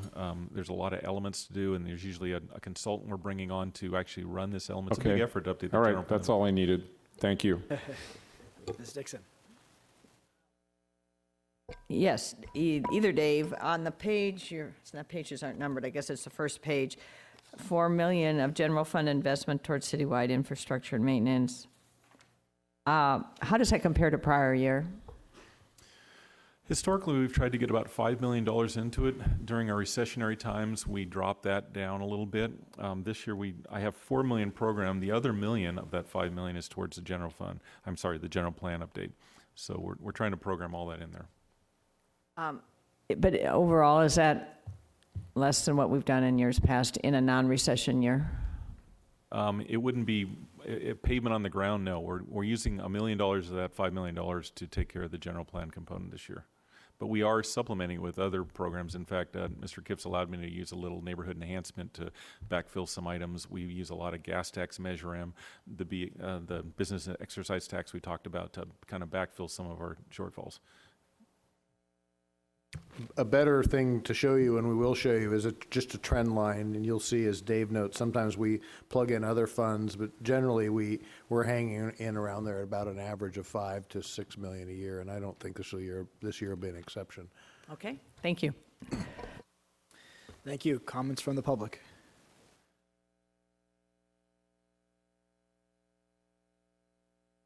Good evening, Council. Mayor Muldoon. First comment, the clock is slow by an hour. Okay. I want to talk about briefly the West Coast Highway median improvements. Could you please state your name for the record? Oh, George Leslie. I live in Newport Shores, West Newport. That project, West Coast Highway median landscape improvement, has been on the budget for about 6 years. My wife worked on the CAP committee 6 years ago on that.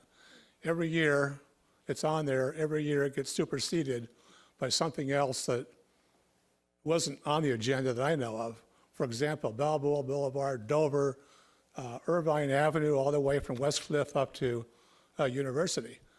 That University Avenue project is about 3 times as long as the West Coast Highway distance, yet it's superseded the West Coast Highway improvements. So I'm urging you to please move ahead finally and do the West Coast Highway improvements. The traffic that comes along on West Coast Highway between Huntington Beach and Newport is going to be hundreds of thousands of cars every day. So that's a highly visible area, and it looks neglected, and it is. So I urge you to move ahead with that project. Thank you very much. You. Yes, good evening, Mayor Muldoon and council members. I'm going to speak to the same item Mr. Leslie spoke to. He made what sounded like a reasonable and fair argument or plea for the West Coast Highway. I'm going to make a rational and logical argument. DJM Corporation has spent tens of millions of dollars to rehab and redo Lido Marina Village with Nobu and everything else. Bob Olson is building a fabulous Lido House Hotel. Okay, so on this side of town, we have this private investment to those fabulous properties there, and we're asking people to come to town and spend money here. Mr. Leslie is right that the residents have been told that West Coast Highway would be done for years and years now. It got completed Coast Highway did in CDM. This council looked at doing Irvine Avenue, and they thought, well, maybe we don't want to spend that there. It's not that busy of a road. And then the residents came out, you listened to them, and you did that. Well, I'm making a reasonable and more rational argument that we're going to get probably 30 to 35% of the people who come to the Lido House Hotel and to the new and refurbished Lido Village shopping district. They're going to drive past Coast Highway. Why take 4 or 5 years to redo that Coast Highway landscaping? It just doesn't make sense. Okay, so to like spread that out over like 4 or 5 years. Okay, so I would ask that you move that project up. Okay, thank you very much. Thank you, Mr. Mosier. Thank you, Mayor Muldoon and members of the council. My name again is Jim Mosier. Speaking of a slightly different segment of the West Coast Highway, for the past several months, Mr. Webb has been trying to convince the community that it's a good idea or it's needed to widen the portion of Coast Highway from the Newport Bridge to Dover, what's called Mariner's Mile, that should be widened to 6 lanes. It's an idea that's been met with considerable skepticism, resistance, and a great deal of anxiety. And I see nothing in this new plan being budgeted towards that highway widening. So I'm wondering if the significance of that is that the staff does not expect during the coming year to be spending anything towards that effort, or is there money already in the budget that they're planning to spend towards it, or is it in the CIP budget, or is it somewhere else in the budget, or is it somebody else's budget, such as Caltrans, that would be impacted by it? It sounds like a very major transportation project, and it's surprising not to see anything about it here, although for those who think it's not a wise idea, it's perhaps good not to see the money here. Thank you. Thank you. Any other comments? Is that not in the plans right now? We don't have a project identified on that. To Mr. Mosier's comment on Pacific Coast Highway, we've been doing that through dedication improvements as people develop, and then at some point when the Mariners Mile conversation and specific plan is done, then we'll probably move forward. Council would like us to do the bike lanes on that. That would be something we want to go through OCTA and apply for grants. And if we get grant funding, then we could probably come back and get appropriation for money to match that. Thank you. All right, any comments from the dais? Questions? Yes. Could you refresh my memory about why we decided to dribble out the West Newport landscaping project? Because I remember a year ago when we were discussing wastewater, it was $3.5 million, and now it's $4.5 million, and it's going to be spread over a period of time. Just refresh my memory on how we came to $1 million. I think it had a couple things to do with it. It's a large cost, and my mind goes to 4.5. That's the whole project, but there's been different components talked about, 3.5, less not doing the Santa Ana River portion. Also, through the permitting process, Caltrans has different levels of projects, and you can get a $500,000 to $1 million project through easier than you can a $3 million project. It gets more complex, more studies. And component-wise, maybe we can do certain medians, for instance, Newport Boulevard to Superior and Superior down to Cappies and vice versa versus the whole length. We surely could take on the entire project, and I think council's direction in this past has not been willing to put down the $3.5 or $4.5 million to do the whole project at once. Okay, I'll just record that I'm supportive of that project and having it move forward with deliberate speed. Thank you. Any other comments? It's point counterpoint tonight because I would prefer that be a slow walk. I mean, I understand there are probably a dozen or so residents who really want it, and I think it should happen, it's necessary. But right now, I think disciplined approach to it is smart given the unfunded pension liability and other concerns, specifically with public safety. I mean, that has to be our number one. There's no doubt about that in my mind. So I like it as you proposed it. Does staff need any more direction from us on any of these items? I think we're good. Okay, thank you so much. Thank you very much.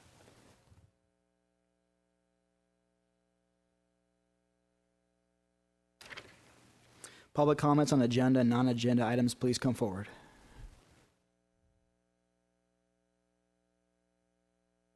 All right, I see none. City Attorney.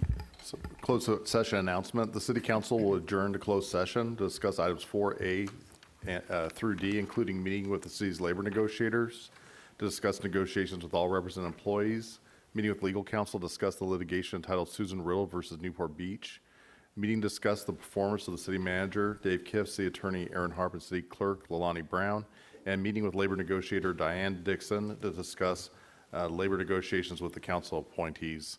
The city manager, city clerk, and city attorney will recuse themselves from discussions related to labor negotiations regarding their contracts. Thank you. Thank you. We are in recess until 7.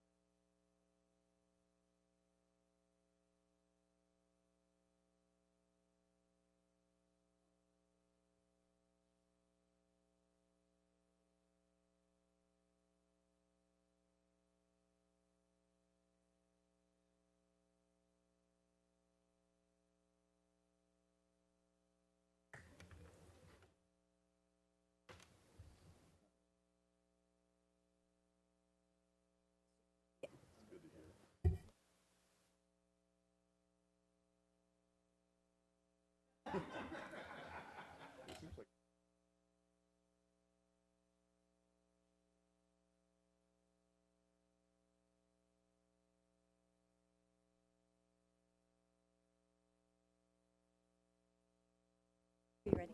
Oh, waiting for.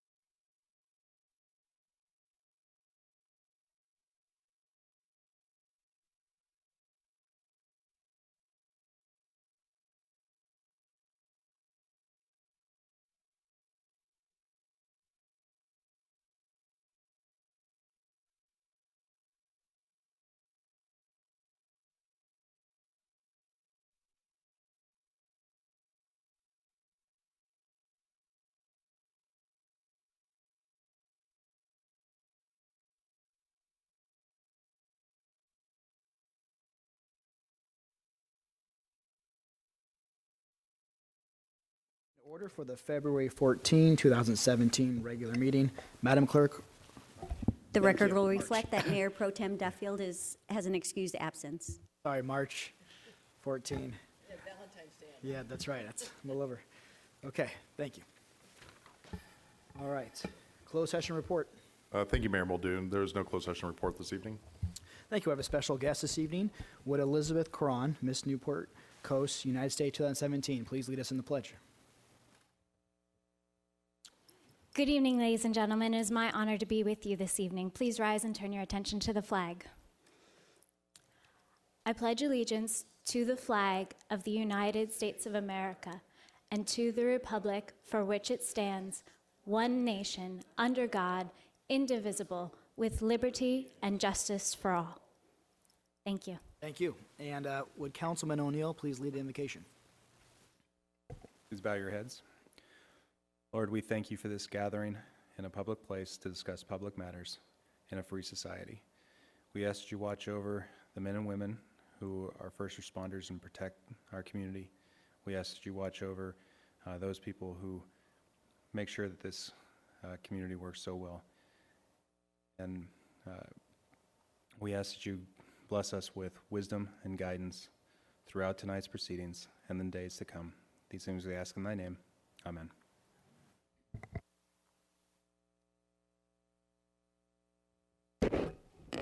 Notice to the public. The city provides a yellow sign-in card to assist in the preparation of the minutes. The completion of the card is not required in order to address the city council. If the optional sign-in card has been completed, it should be placed in the box provided at the podium. The City Council of Newport Beach welcomes and encourages community participation. Public comments are generally limited to 3 minutes per person to allow everyone to speak. Written comments are encouraged as well. The City Council has discretion to extend or shorten the time limit on agenda or non-agenda items. As a courtesy, please turn cell phones off or set them in the silent mode. Thank you. Council announcements and new items council members would like to be introduced for future agendas. Mr. O'Neill. Yes, sorry. Gotta go the other way first. Let me go with Mr. Herdman. For future agendas, right? That's correct. Nothing. Or announcements. Mr. Avery. Mrs. Dixon. Yes, thank you, Mayor. I have a few announcements, please, if you'll indulge me. I returned this morning.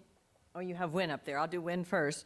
This Thursday, March 16th, we have Michelle Steele, Chair of our Board of Supervisors, Supervisor Michelle Steele, to be our keynote speaker at our Women in Newport networking event, our community forum in the community room from 5:30 to 7 on Thursday. We are just delighted with the response, enthusiastic response we have. Over about 150 people signed up, and we have room for more.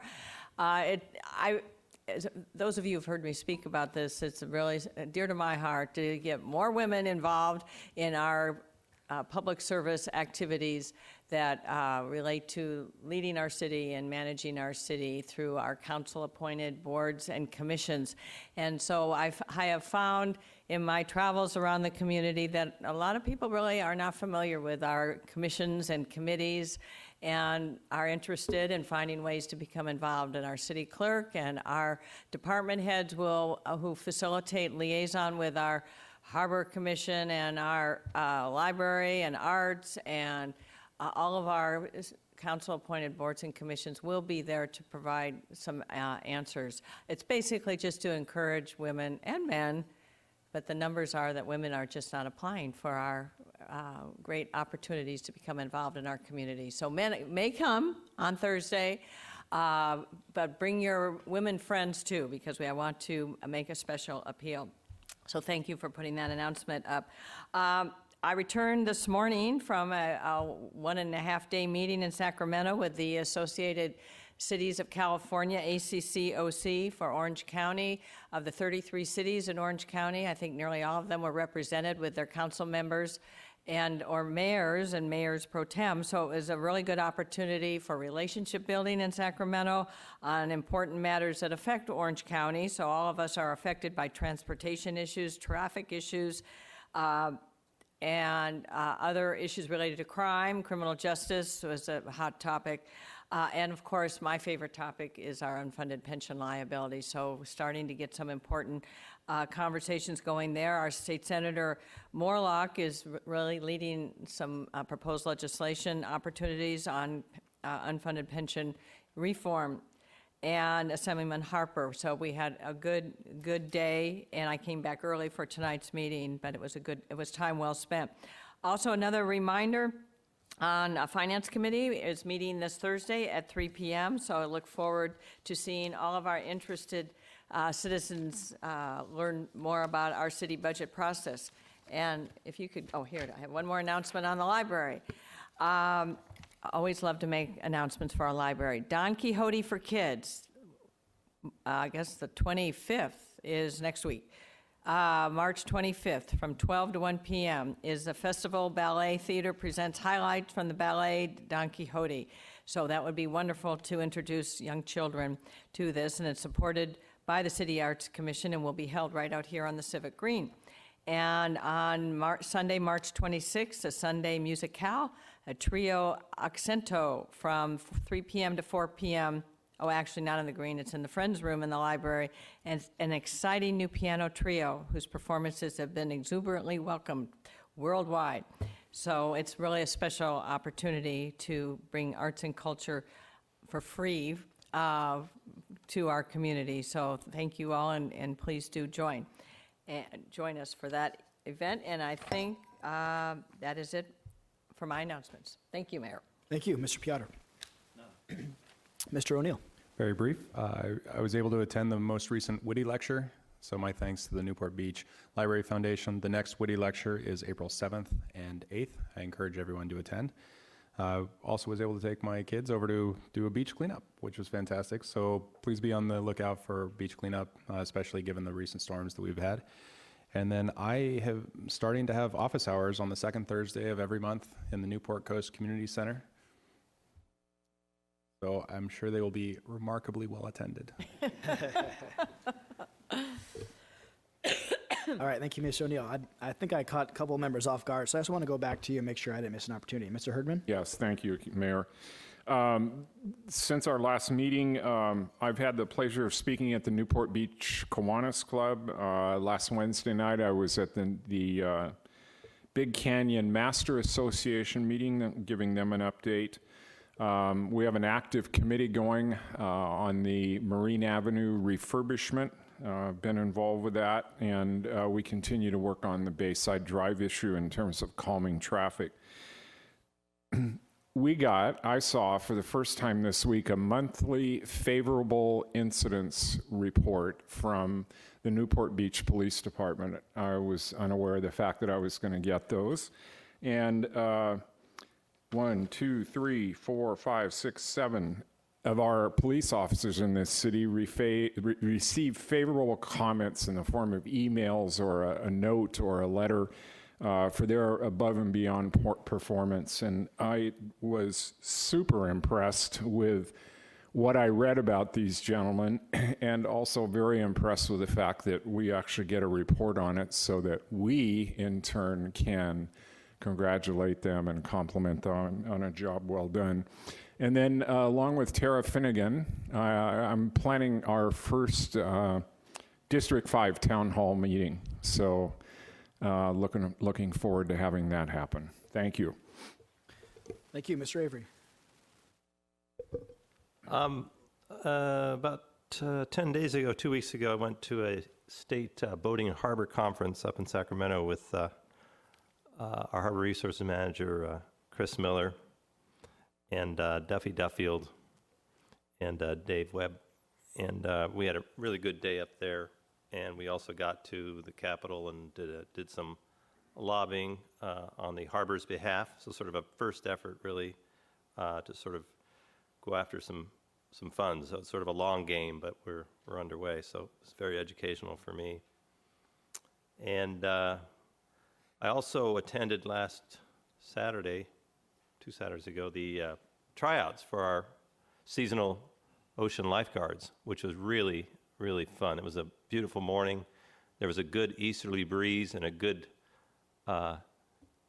easterly current, so they had quite a workout on their swim and run, and they had a couple of swims. And the thing that impressed me about the whole thing was, of course, just the quality of the people trying out, the young people trying out for our seasonal guards, but also the effort that the whole lifeguard division put into the day in terms of managing it and working with the kids.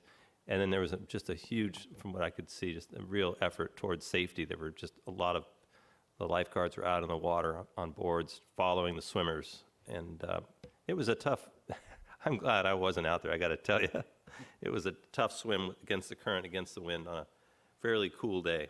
And but more than anything, it just spoke to the culture of our town. So it was a really wonderful event. And finally, I'm one step ahead of Mr. Herdman.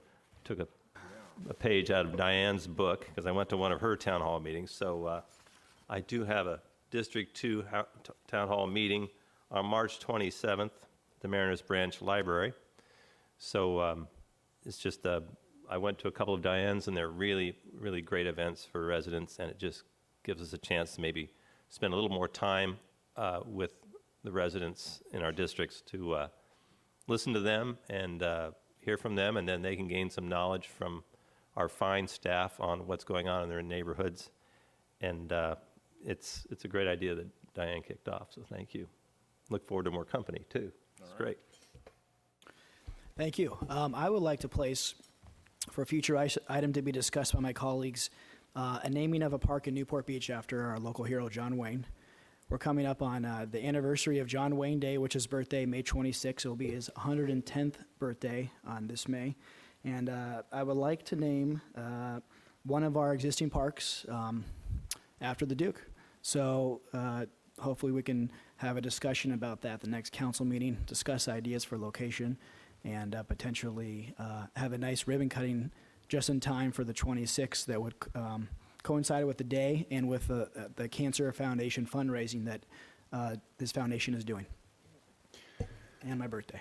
That's my birthday, yes. Thank you. And then, are there any other requests? Mayor Muldoon? Yes, Mr. Sorry. Yes, I would like to place on a future agenda the renaming of the Balboa Island Park to the Ralph Rodheim Park. That has been requested by several people who live on the island.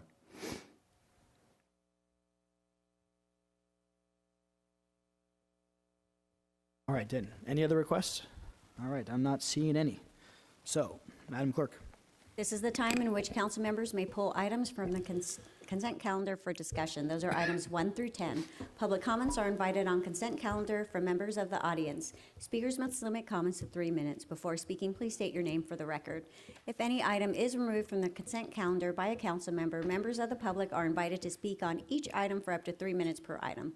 All matters listed under consent calendar are considered to be routine and will all be enacted by one motion in the form listed below. Council members have received detailed staff reports on each of the items recommending an action. There will be no separate discussion of these items prior to the time the City Council votes on the motion unless members of the City Council request specific items to be discussed and are removed from the consent calendar for separate action. Thank you. Council, any items to pull from the consent calendar? Mr. O'Neill. None, but I register a very respectful no on item number 5. Mr. Piotr. The same with me. No on 5, please. Thank you. Mrs. Dixon.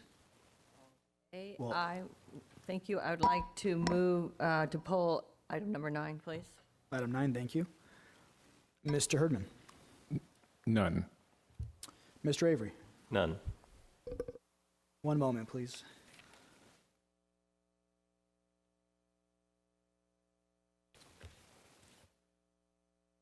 I am going to go ahead and pull item 4 just to get a quick staff report on that. All right, do we have... Mr. Mayor, before you go further, we have a couple of staff changes that we'd like to incorporate in whatever motion that may come forward. Please. One is to continue item 3 indefinitely. We do hope to bring that back shortly. I just indefinitely gives us a little more time. And then I think you have a new resolution on item 6, and that is at your table. And I think there's a clarification in the name as to Council Policy F10. Sorry, that's item 7. So if you'd include that in the motion. Sorry, this is so a little bit contorted. I think that's all I have. Yeah, and just briefly on number 7, it's just changing the name from the narcotic asset forfeiture account to asset forfeiture account. That's the only change. Okay, give us one moment, please. Sure.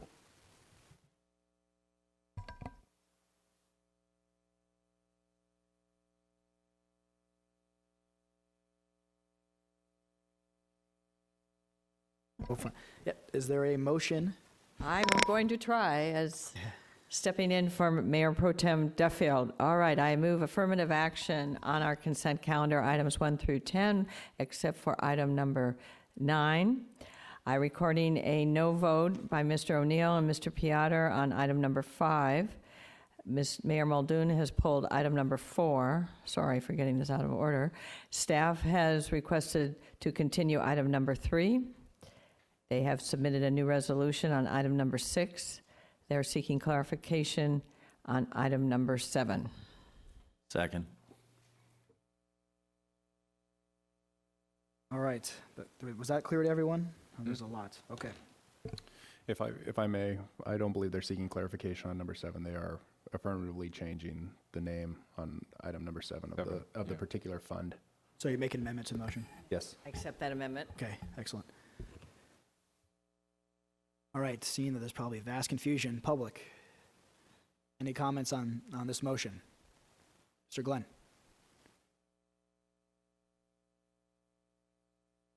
I have 2 comments. This is for 2 of the items, number 7 and number 9.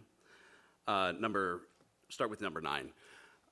There is a lot of confusion going. It's Sorry? pulled and going Has to be been pulled. postponed. Excuse me, I didn't perhaps use the correct words. Okay, perfect. Yeah. Number 7, I think that's great. The asset forfeiture, as I'm sure the intention of this motion is to correct, is unconstitutional under the 4th and 5th Amendment. However, I am very troubled with some of the words that we have over there. Specifically, it says, furthermore, any forfeited assets converted for police department use shall supplement, not supplant, existing departmental equipment and funds. This means that the police department is now not set up to bring in the money which will not affect their bottom line. In fact, they're going to be profiting off of this. I have major concerns with this, and I hope there's a big reason behind that. Thank you. Thank you. There is. Well, okay, let me just make sure no public comments, and we might as well just poll it. No. No, okay. Just ask. Okay. Any other public comments? Because this is something that's important, Mr. Glenn, so I agree we should talk about it. See no other public comments. Mr. O'Neill, do you want to direct the conversation? That's federal law. We don't have the ability to countermand it, so it's simply conforming with federal law, Mr. Glenn. All right, excellent. And then can I just amend my motion, not to pull item number 9, but to postpone to the next meeting? Yeah. Continue. Okay, so just amend that motion, Mr. Harp? Okay, so it's amended. All right, let's vote on it. Does anyone want to make a comment on the fact that we're continuing item 9 as opposed to simply pulling it? No. I'm sorry. Who's on first? Exactly. Yeah. Anyone? No, seeing none. Okay. Mr. Piotr, do you have a question? That's okay with the second to continue number 9. Okay. Let's vote. Prior to reading the vote, I will read the ordinance title for item 5, ordinance number 2017-3, an ordinance of the City Council of the City of Newport Beach repealing approvals for the 100-unit museum house residential project located at 850 San Clemente Drive. Councilmember Avery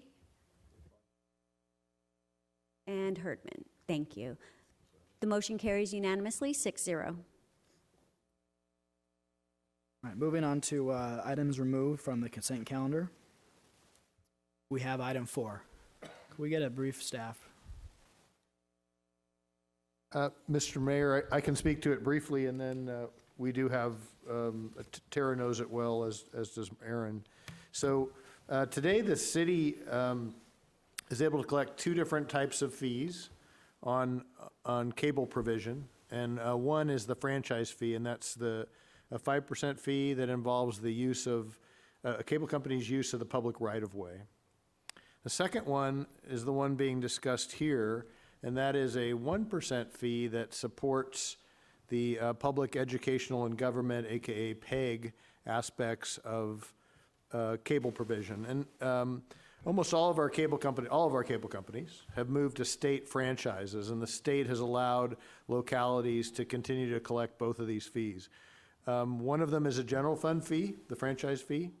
The other is limited, and that's the PEG fee, and that's limited only to capital purchases associated with things that deliver the PEG services. So cameras, computers, arguably software, hardware related to that. So I don't know if you'd like more on that, Mr. Muldoon, or if that's answering your question.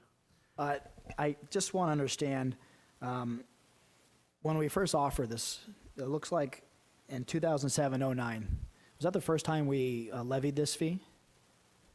I think it was a continuation of an old fee. I've been here 18 years, and we've always collected the PEG fee. Okay, so, and this is essentially the consideration for letting them be in our right-of-way.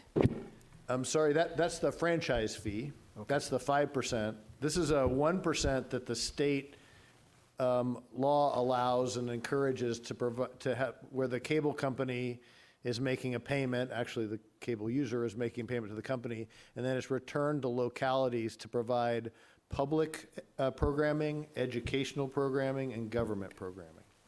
Does the 5% franchise fee, correct? Does that exceed the actual cost of providing services to them? It's not a service-based fee. It's thought of more as a use of the right-of-way fee. In other words, they're delivering a commercial enterprise within something that is the public right-of-way. So up and down the state, it's levied at 5%. And do they pay other fees if they want to do something to expand the use in the right-of-way, or is this? Typically not. Typically not. So this is their access fee that they That's get. correct. Okay. Yeah. I don't think I have any further questions. Are there any questions from the dais? Public comments on this item? All right, seeing none, I'm coming back. Do we have a motion? Move approval. Second. So let's vote. Prior to reading the vote, I'll read the ordinance title for ordinance number 2017-5, an ordinance of the City Council of the City of Newport Beach reauthorizing the public educational and governmental fee on state video franchises operating within the City of Newport Beach. The motion carries unanimously, 6-0. Thank you. Item 9. I'm sorry, Item 9 9 was, was continued. thank you. That's being postponed. That's right, it's postponed. So are there any other items that we have pulled? I don't believe so. No. All right. On to current business. Public comments on non-agenda items. Thank you. Public comments are invited on non-agenda items generally considered to be within the subject matter jurisdiction of the City Council. Speakers must limit comments to 3 minutes. Before speaking, please state your name for the record. Thank you. Now is the time for oral reports from City Council members on committee activities. Am I just all over the place? I am. I'm sorry.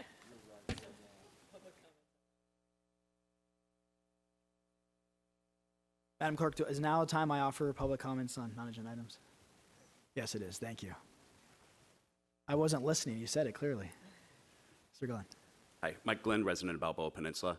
Last week, I voiced concerns about us begging for money to accomplish bay cleaning without actually knowing how we were going to accomplish it. As I was walking back after that, it reminded me of something similar that we had done. We had asked for money for the transit system on Balboa Peninsula without having a clue how we were going to accomplish it. We've so far spent $30,000 of the approximately $200,000 or so that we were given by the county in marketing for a service that has not launched yet. We're still trying to figure out the details of this, and including the designs and how it's actually going to be run. These are things that are embarrassing for our city. If somebody were to come to me and ask me for a bunch of money and say that they don't quite know what they're going to do with it yet, that wouldn't sit well with me, and I don't think it would sit well with any of you, and I don't think that you would do this in any of your normal day jobs. We have a city staff here that's, I presume, great. We're funded by about $300 million every year. We had 2 years to come up with a plan before these windows closed for asking for money, and we didn't do that. This is unacceptable for a city like Newport Beach. I hope we don't see this happen again. And certainly I hope that there are something set in place to where we stop this from happening. This is really embarrassing, guys. Really embarrassing. Additionally, 2 years ago, we had somebody that was run over and killed in a crosswalk on 30th Street. Last year, we had somebody that was run over and killed just a few days later, a 92-year-old man between 6th and 7th Street. Just recently, around 17th Street, we had somebody that was struck and taken to the hospital with serious head injuries. This is something that's happening on a regular basis here in Newport Beach. It's not new. It's been going on for quite a long time. We've had about 2.5 pedestrian deaths per year from 2006 to 2014. That's the most current data we have. Aside from the ones that I've just mentioned, those were after 2014. We're regularly having these incidents happening here, and we're focusing on things like creating buses that are going to compete with the free market that offer no substantial benefit over what's already occurring in normal business. I would ask that the city look into how to create safer ways for people to get around on Balboa Peninsula rather than focusing on a lot of these other items. Thank you. Thank you. Any other public comments on non-agenda items? My name is Ashley Jacobs. I've been a Newport Beach resident for 29 years, and I want to kind of follow up on what Mike said. The crosswalk situation should be a priority for you guys. I appreciate that you're spending $84,000 to run your crosswalk study. That was the numbers I found in previous agendas and meetings from previous meetings. But as I was looking more into other spending that you guys have approved, it kind of blows my mind that other spending that you've approved has been prioritized over the safety of the residents that you serve and the visitors that you try to bring here. You spent $260,000 on a Balboa Village sign with funds from parking meters that should have gone to the general fund to pay to make our city safer. On the agenda later tonight, there's something about newspaper racks, and our city is spending $25,000 a year to give Corona Del Mar newspaper racks. There were over 100 palm trees planted last year during the construction project on Balboa Boulevard. I don't know how much that cost. I actually emailed the city clerk about that last Wednesday, never heard back. But I can only imagine just the amount of frivolous and unnecessary spending that's going on that seems to be prioritized over keeping people safe. So I really urge you to, when that study comes back, please make it your priority to make those crosswalks safer, because it's only a matter of time before somebody else gets hit, injured, killed. And if this isn't a priority when that happens, you guys are going to be partially to blame because you didn't make it a priority. So again, I urge you, please prioritize the safety of our citizens. Thank you. Thank you. Any other comments on non-agenda items? Seeing none, well, I have staff who's traffic engineered sort of up front. Do you want to comment about our long-term plans for this pressing issue?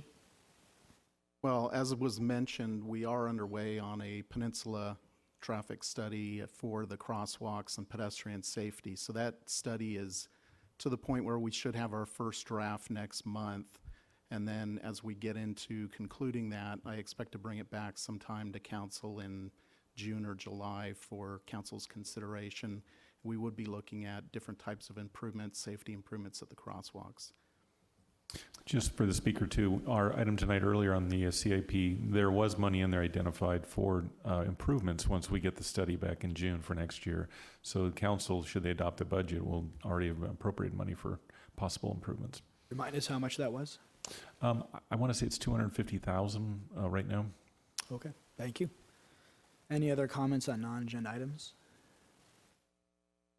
All right, seeing none, I'm going to try this again. Now is time for all reports from City Council on committee activities. Mr. O'Neill? None. Mr. Piotr? Mrs. Dixon? Mr. Herdman? Already gave it. Thank you. Mr. Avery? Yes, I have one. Last week, Councilman Duffield, myself, Dave Webb, and Chris Miller attended the CMAN conference in Washington, D.C., March 6th and 9th. And this is a consortium of California harbors up and down the state. And we had a day of sort of training, and then we did some lobbying up in the Senate and the House to further our effort to get in line for federal funds to dredge Newport Harbor, not this year, next year, or really the year after, but probably 4 years from now, and just to keep up with the flow of sediment into the harbor. And so we had a great couple of days, very productive, quite tiring actually, meeting with a lot of representatives and just making them aware of our harbor's need. And we found we are very similar to large and small harbors up and down the state in terms of the need to dredge and keep the harbors viable for traffic, and also environmentally quite a bit better off with more water flow. Thank you. Thank you. And for reports, I have none, so on to current business staff. Excuse me. I'm sorry, and Mr. Herdman has a recusal. Yeah, I have to recuse myself because of real property interests on this item.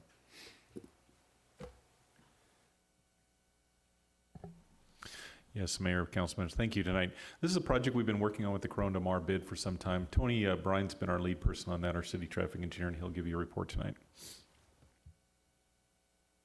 Yes, Mayor, council members.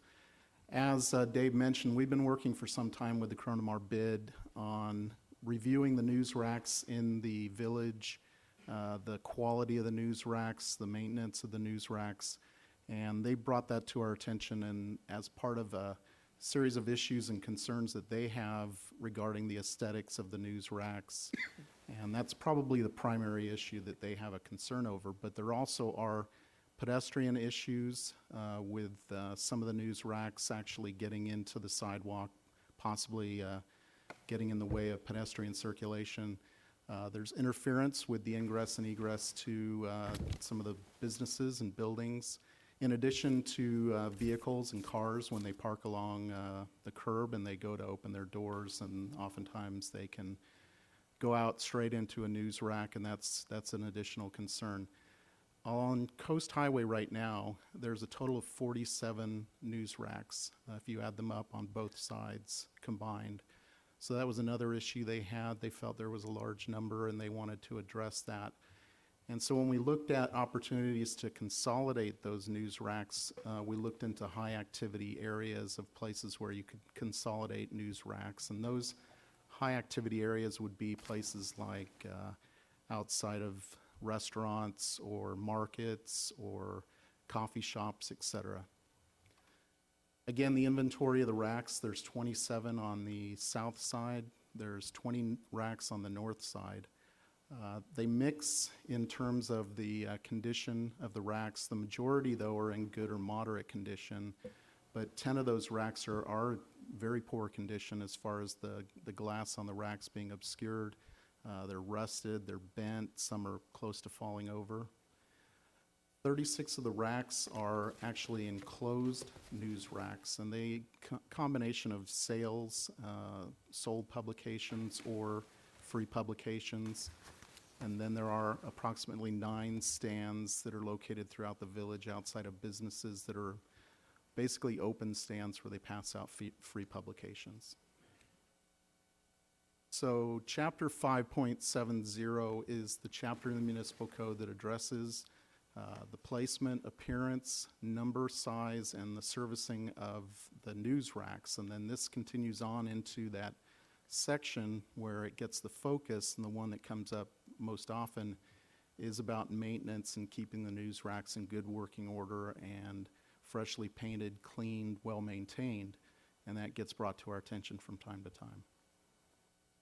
So here are some photographs of different types of conditions, if you will.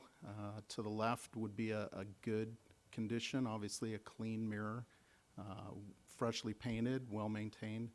The only difference to the one in the middle is that the glass is slightly obscured. And then the one to the right is a rack that we'd term a poor news rack, in that the maintenance has not been there. Clearly obscured glass, rusted, dented. That definitely falls into the category of a poor rack. There are a number of locations along Corona Del Mar where there are groupings of existing news racks. In this case, you've got 7 news racks all together in one spot.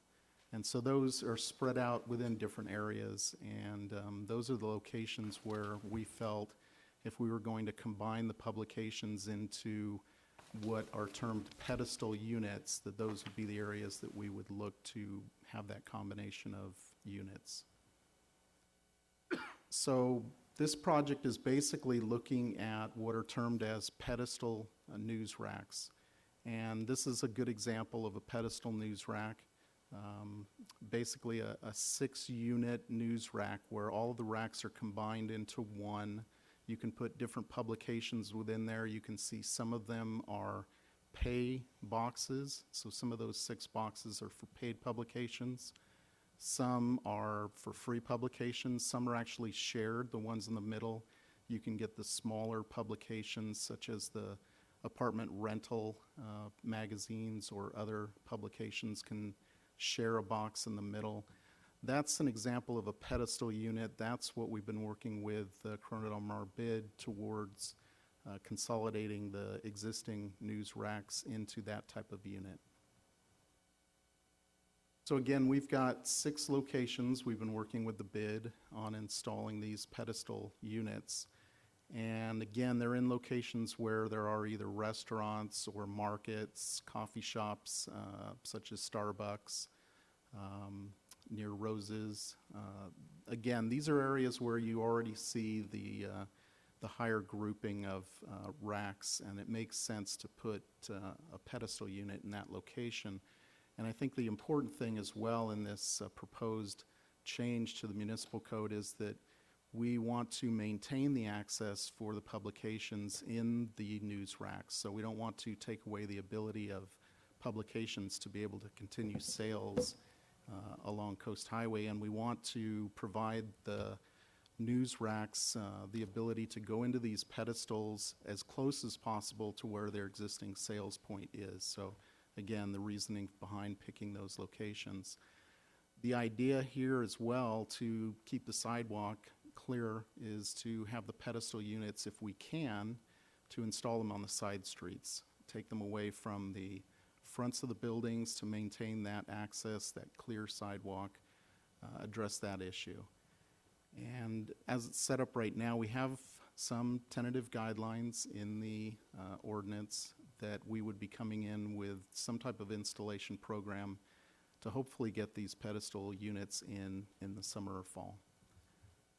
And highlighted here on the map in the red dots are the proposed locations, Acacia and on the both sides at Goldenrod, and then further down at Poinsettia, Orchid, and Marigold, again, locations with higher groupings as it sits today. So if you have any questions, I'm available. Thank you. I love how you said that, Tony. You're available. Mrs. Dixon. I have a few questions. I appreciate the efforts of the Business Improvement District organization to identify an improvement aesthetically. I just have a few questions in terms of need. Now, I don't know if, Bernie, you'd like to add, maybe the questions are going to come to you or to staff. Did we talk with the distributors of the newspapers, like the LA Times, Register, et cetera? Do we know even that they're putting newspapers in these racks on a regular daily basis? Only from observation do we see that they are continuing to supply publications in the news racks. And whose responsibility is it to maintain them? Is that the city's responsibility in terms of furtherance of freedom of the press? No, it's the publication's responsibility to maintain their news racks. And have they been doing that? Well, there's the mix. Some of them have, some of them have not. And what steps does the city take to encourage them to improve the appearance of their news racks? Well, there is a process in the current municipal code where an individual can point to our attention that there's a non-maintained news rack, and then we can provide notice to the publication to follow and maintain their news racks. Some follow through and do the maintenance work, and some do not. So in our history, have we had regular communications with the newspaper companies? We have had communications with some publications. Some have followed through and put in entirely new news racks, and then some, as I mentioned, haven't done that at all. So when we determine the placement of these 6 proposed units, did we determine that there's we know that those sites have high volume, but they're high volume for purchasing of newspapers from the news vending machines? No, we didn't break it down we didn't look at the number of sales of those publications. We simply looked at where are the publications today and tried to maintain their current locations. So we wouldn't be moving a publication, say, 4 blocks away from where their current sales are. Well, I just want to go on record. My parents were journalists. I read 5 newspapers a day in print form as well as digitally. So I value immensely. I take personal pride in the fact I'm a news junkie. But I just question safety. You led with safety. We're leading with safety and aesthetics. And I just questioned if we need these 6 bunches of news racks for a declining medium, which the news is being delivered electronically. But I'm not suggesting we shouldn't have any news racks. I'm just wondering how we came up with the number 6 in those particular locations. If we did any analysis of the usage. The number 6 that we came up with is based on each pedestal has 6 different boxes, and we're trying to match the number of news racks that are there. Some of the grouping areas actually have the same publication with 2 news racks. Say there might be a grouping with 2 register racks in that location. So what we're trying to do is set it up so that the historical publications, the registers, the Los Angeles Times, et cetera, they will be able to place their documents in that pedestal unit in those different locations. Okay, thank you. Mr. O'Neill. So the individual newspapers actually own these pedestals currently? They own the current individual news racks, yes. Do they pay any kind of fee for having that on our public right-of-way? They paid an initial fee for the installation of the rack in the public right-of-way. But not an ongoing fee? Correct. And in the proposed circumstance, they would pay an initial fee or an ongoing fee? They would pay an initial fee again to enter into one of the boxes in the pedestal. Okay. Mr. Harp, I've got a question. So clearly when you're trying to regulate or put a premium on space for newspapers, you're impacting the First Amendment. I'm wondering, is there case law out there on what we're trying to do, and do you believe that this complies with that case law? Yes, it's appropriate to have reasonable time, place, and manner restrictions. The city of San Francisco was one of the first cities to implement this, and they were able to resolve the issues with the newspaper. But I think we've done a good job here of making sure we have the right number of locations for them so that none of the existing providers are basically losing any of their market share. We positioned them close to where they were before. We do have provisions that allow for us to expand or contract depending on what the needs of the market are, and we're not pushing any of the cost of the initial move onto the publications. So they basically get to transition without having a cost involved in it. So I think we've complied with all the constitutional issues, and we did reach out to the publications to see if they had any input, and we did not receive any input back. And just a follow-up point of clarification, I heard one of the audience folks say today about the city funding this. This project is entirely funded by this Corona Del Mar bid. They're the funding source for the racks. Thank you. We're just installing. Mr. Piotr. Thanks, Mr. Mayor. And I'm following up basically on what Mr. Webb said. I've been working with the bid now for a couple of years while I've been on the council. And this is something that they've come up with. It's their idea to create some aesthetic continuity in the community. And they're ponying up and paying for it. So I'm encouraged, and I'd love to see more areas of the city do the same. I guess we will hear from them in the public comments. Thank you, Mr. Mayor. Thank you. Any other questions from the dais at this time? I have some. What is the current application process for installation under the ordinance as written? The current process is simply the publication would come to the city, fill out an application for installation of a news rack, and we would review that application and make sure the location is a safe location to install it, and we'd issue the permit. So under the current ordinance, is there a restriction on the number of permits we would issue? No, there's not. There's no restriction per outlet or in total as far as the number of them? That's correct, and there's no restrictions. What's issued to them at the time? A permit? There's not an agreement, I'm sure, but just a revocable permit? No, it's simply a permit. And is it unilaterally revocable? That I'm not certain, to be honest with you. A lot of the news racks that are in the city today have been there for quite some time. So I've never been in a situation where we've had to revoke a permit. Well, in the case where there is one that is considered to be poor or non-maintained, I think is the category you gave, what is the revocation process? We give the newspaper the option or the ability to go ahead and do the maintenance on the rack themselves. And if we find that they don't follow through with doing the maintenance, then we will have a meeting with them to determine if they can meet that goal. And if not, there is a certain amount of time that goes by. I think it's 30 days before we would pull the news rack. Okay, let's get comments from the public. There'll be a couple of you. Feel free to come up and go to opposing podiums. Hello, my name is Richard Gradowski. I'm with the Los Angeles Times. I've worked there for about 35 years. I just want to say my comments are not necessarily those of the Los Angeles Times, although I work for the Los Angeles Times. Get the little bit of legalese away there.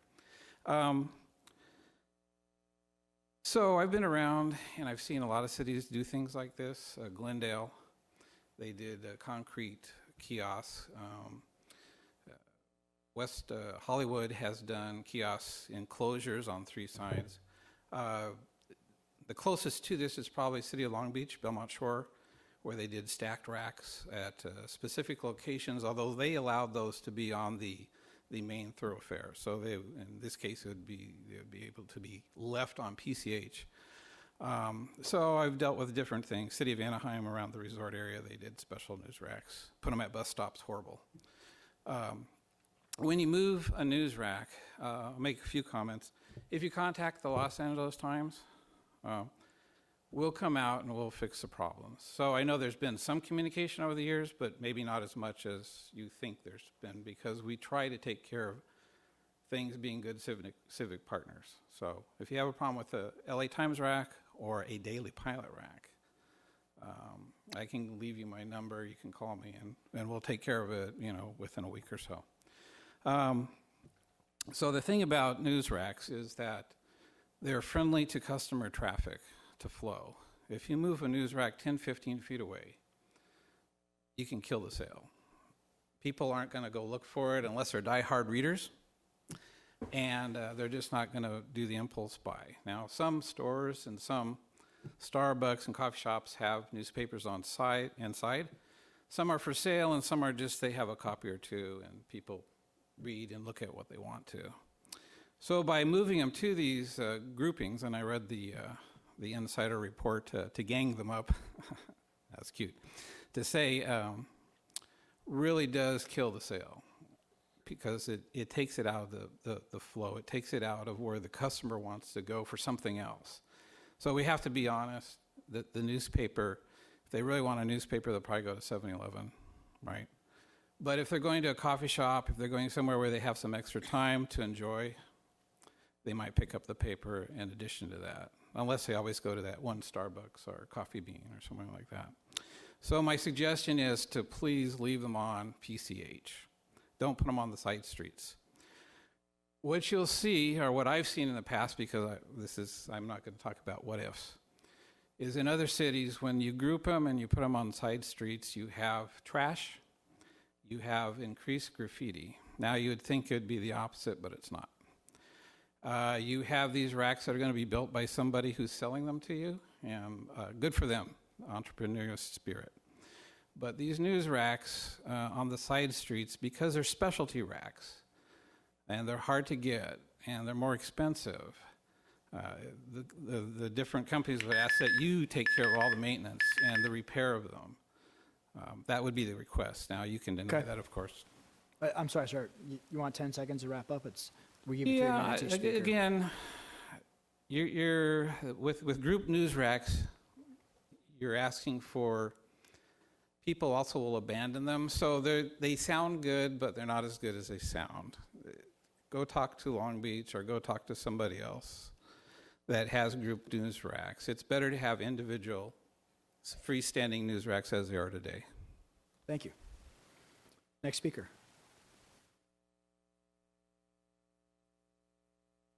Hello, my name is Victor Cervantes, and I represent the Orange County Register.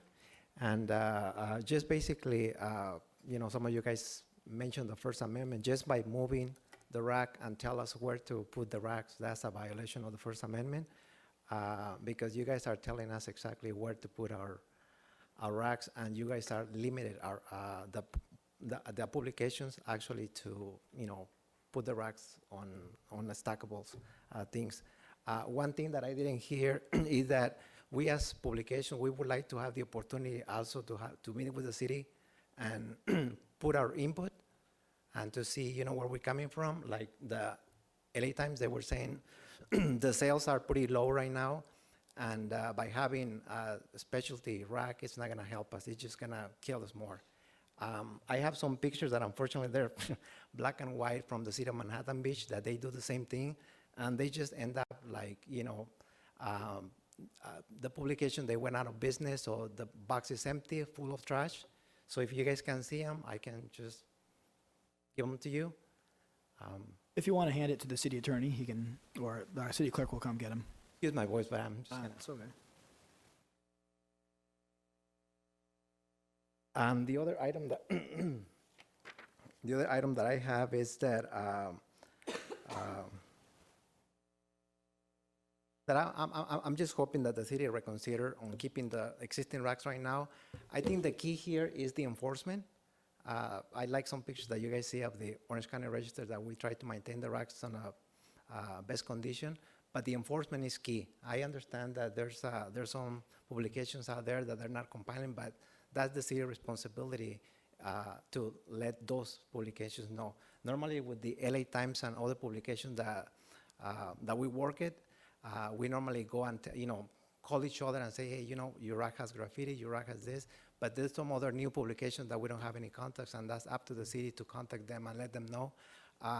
One thing that I will suggest is that probably you guys have some fines for those publications, and that's how they probably can, including the LA Times and the Register. But like I said, we would like the opportunity to actually work with the city, and so we can come up to like an agreeable ordinance. Thank you. Okay, thank you, sir. Next speaker. Sir, 1 second. For the first time, we want to ask the register a question and put you on the hot spot. Would you please come back to the podium? This is an historic moment. Enjoy it. Yes, go ahead. Mr. Cervantes, thank you for bringing these photographs. So, for example, here is a picture of a single news rack. It's not a group news rack with a lot of trash. Now, whose responsibility is it to maintain? Those racks specifically, they were bought by the city, and I don't know, probably the city just because they were empty, they just probably. But does the Register or the news organization, do they come by every week to make sure that the? Actually, on a daily basis, because since we're a 7-day publication, our distributor always check them out on a daily basis. All right, thank you very much. I'm not done. I'm totally teasing you. I'm totally teasing you. Yes, Bernie. Mayor, Council, Bernie Svalstad, Chairman of the Business Improvement District. If you'll look at page 9 of your ordinance and that you have there, this isn't reinventing the wheel. All we did is copy basically the ordinance that's been in effect, and I have to ask the staff in Belleville Island for years. And so if you look at it, Belleville Island, this has been done in this city for the last, 5-10 years? I don't know what it is. So all we did is copy that ordinance, basically, with a few changes. So if you read it, Belleville Island, which has been there, done there, you don't have to go to any other city. You don't have to go anywhere. It's our city, and we copied that. Freestanding news racks shall be permitted, and this is Belleville Island, Marine Avenue, there's 4 of them, and et cetera, et cetera. So we're not inventing something new. It's not something big.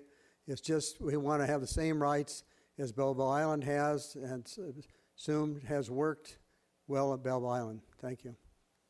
Thank you. Any other comments? Hi, Mike Glenn, resident of Balboa Peninsula, sorry. I've got to side with the newspapers on this. They've spent a ton of money on branding. They designed their newspaper stands to be distinct so people can see them and recognize them instantaneously. If we're going to essentially sterilize them and group them all together so people can't tell and they have to kind of wander up with specific intent to look rather than being grabbed by that marketing. I know many of you up there know exactly the value of marketing. What we're proposing here is to wipe that out. Additionally, we've got ordinances in place that say if these look like garbage, we can take them out. We should just be enforcing the current law. Finally, there was a CDM bid annual report launched in January of last year. It said that the bid had budgeted $20,000 towards the cost of completion. The board is also asking City Council to consider assisting with an additional $25,000 from the city's general fund. I'm wondering if you guys were aware of that also. Thank you. Didn't happen. Okay. Thank you. Yes, sir. Gilbert Perez, LA Times. I am personally involved in newspaper vending, maintenance of the LA Times racks and other places. What I've seen in the past, we had the Wilshire Corridor, downtown LA. They did something similar. They were modular styled racks, and they're always calling me to remove them because they've been abandoned, full of trash. When you have a free vending type machine, everybody thinks that's the local trash can because they're all at the bus stops and this kind of stuff. In the past, we've seen that's really been a problem. City of West Hollywood, the same thing. They put a corral area where they can keep the racks. And Mr. Cervantes talked about Manhattan Beach, the same situation. You have racks that are abandoned, and they just become an eyesore and they're full of trash. I think that's a big problem with that type of design.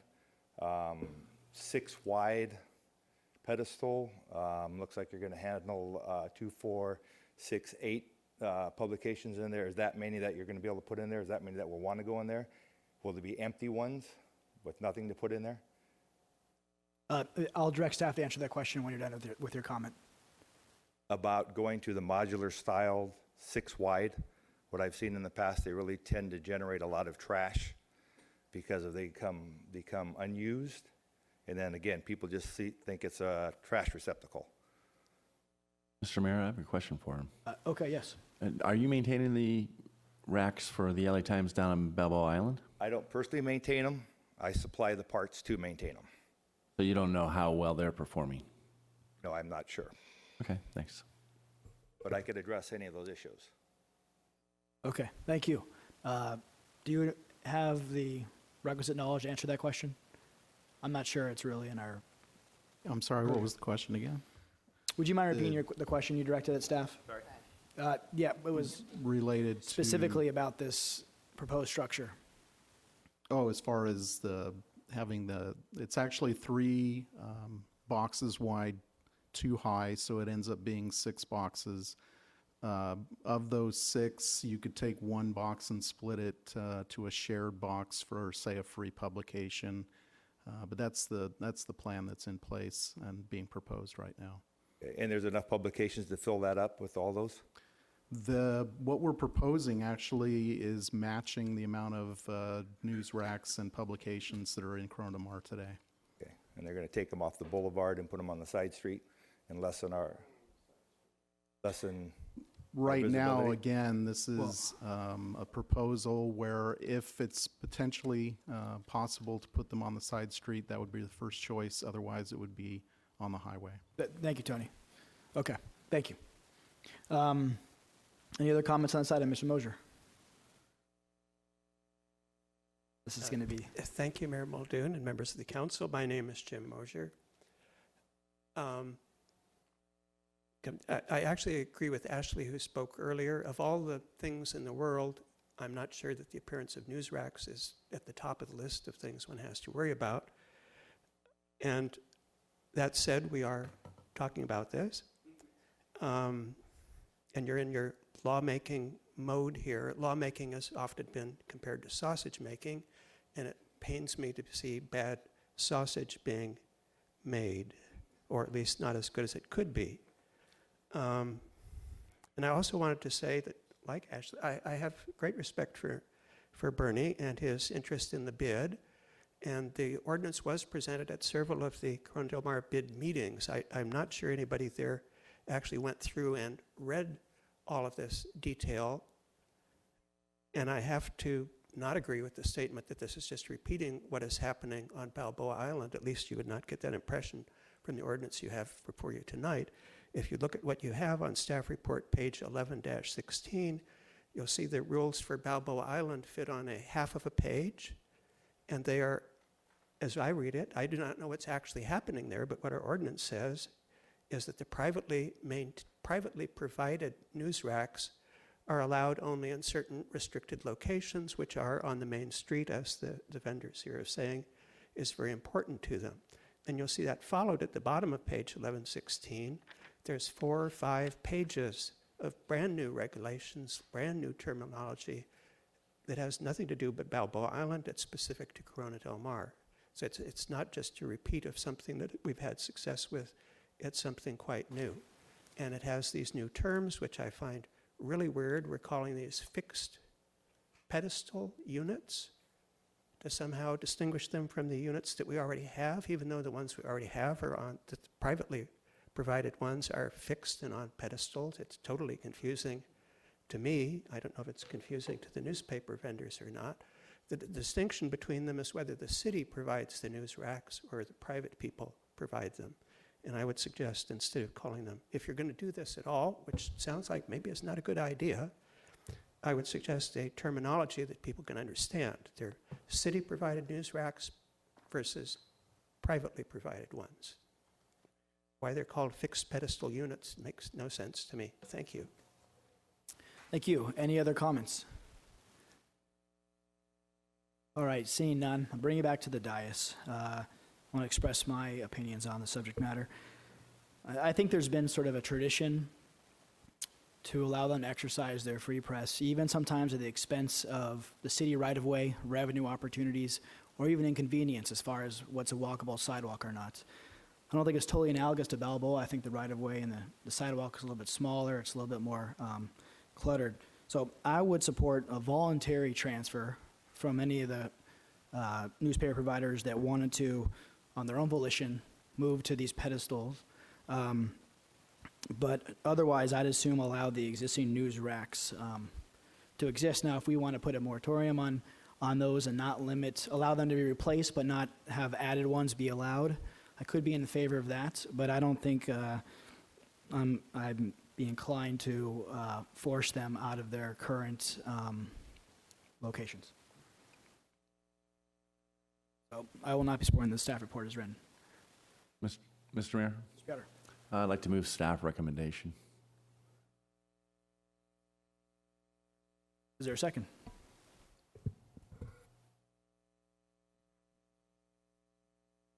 Or is there an alternative motion? Yes, Mr. O'Neill. Before I make this motion, does that motion fail for want of a second? Unless you're going to be seconded, yes. I am not.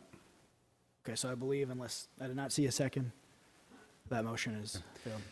I move the continuance of this item 2 meetings from now to afford a bit additional discussion between the newspaper industry, staff, and the Corona Del Mar bid to find out if there is a compromise. I second that motion. All right. All of those, well, any discussion or debate on it? Looks like not, so let's vote.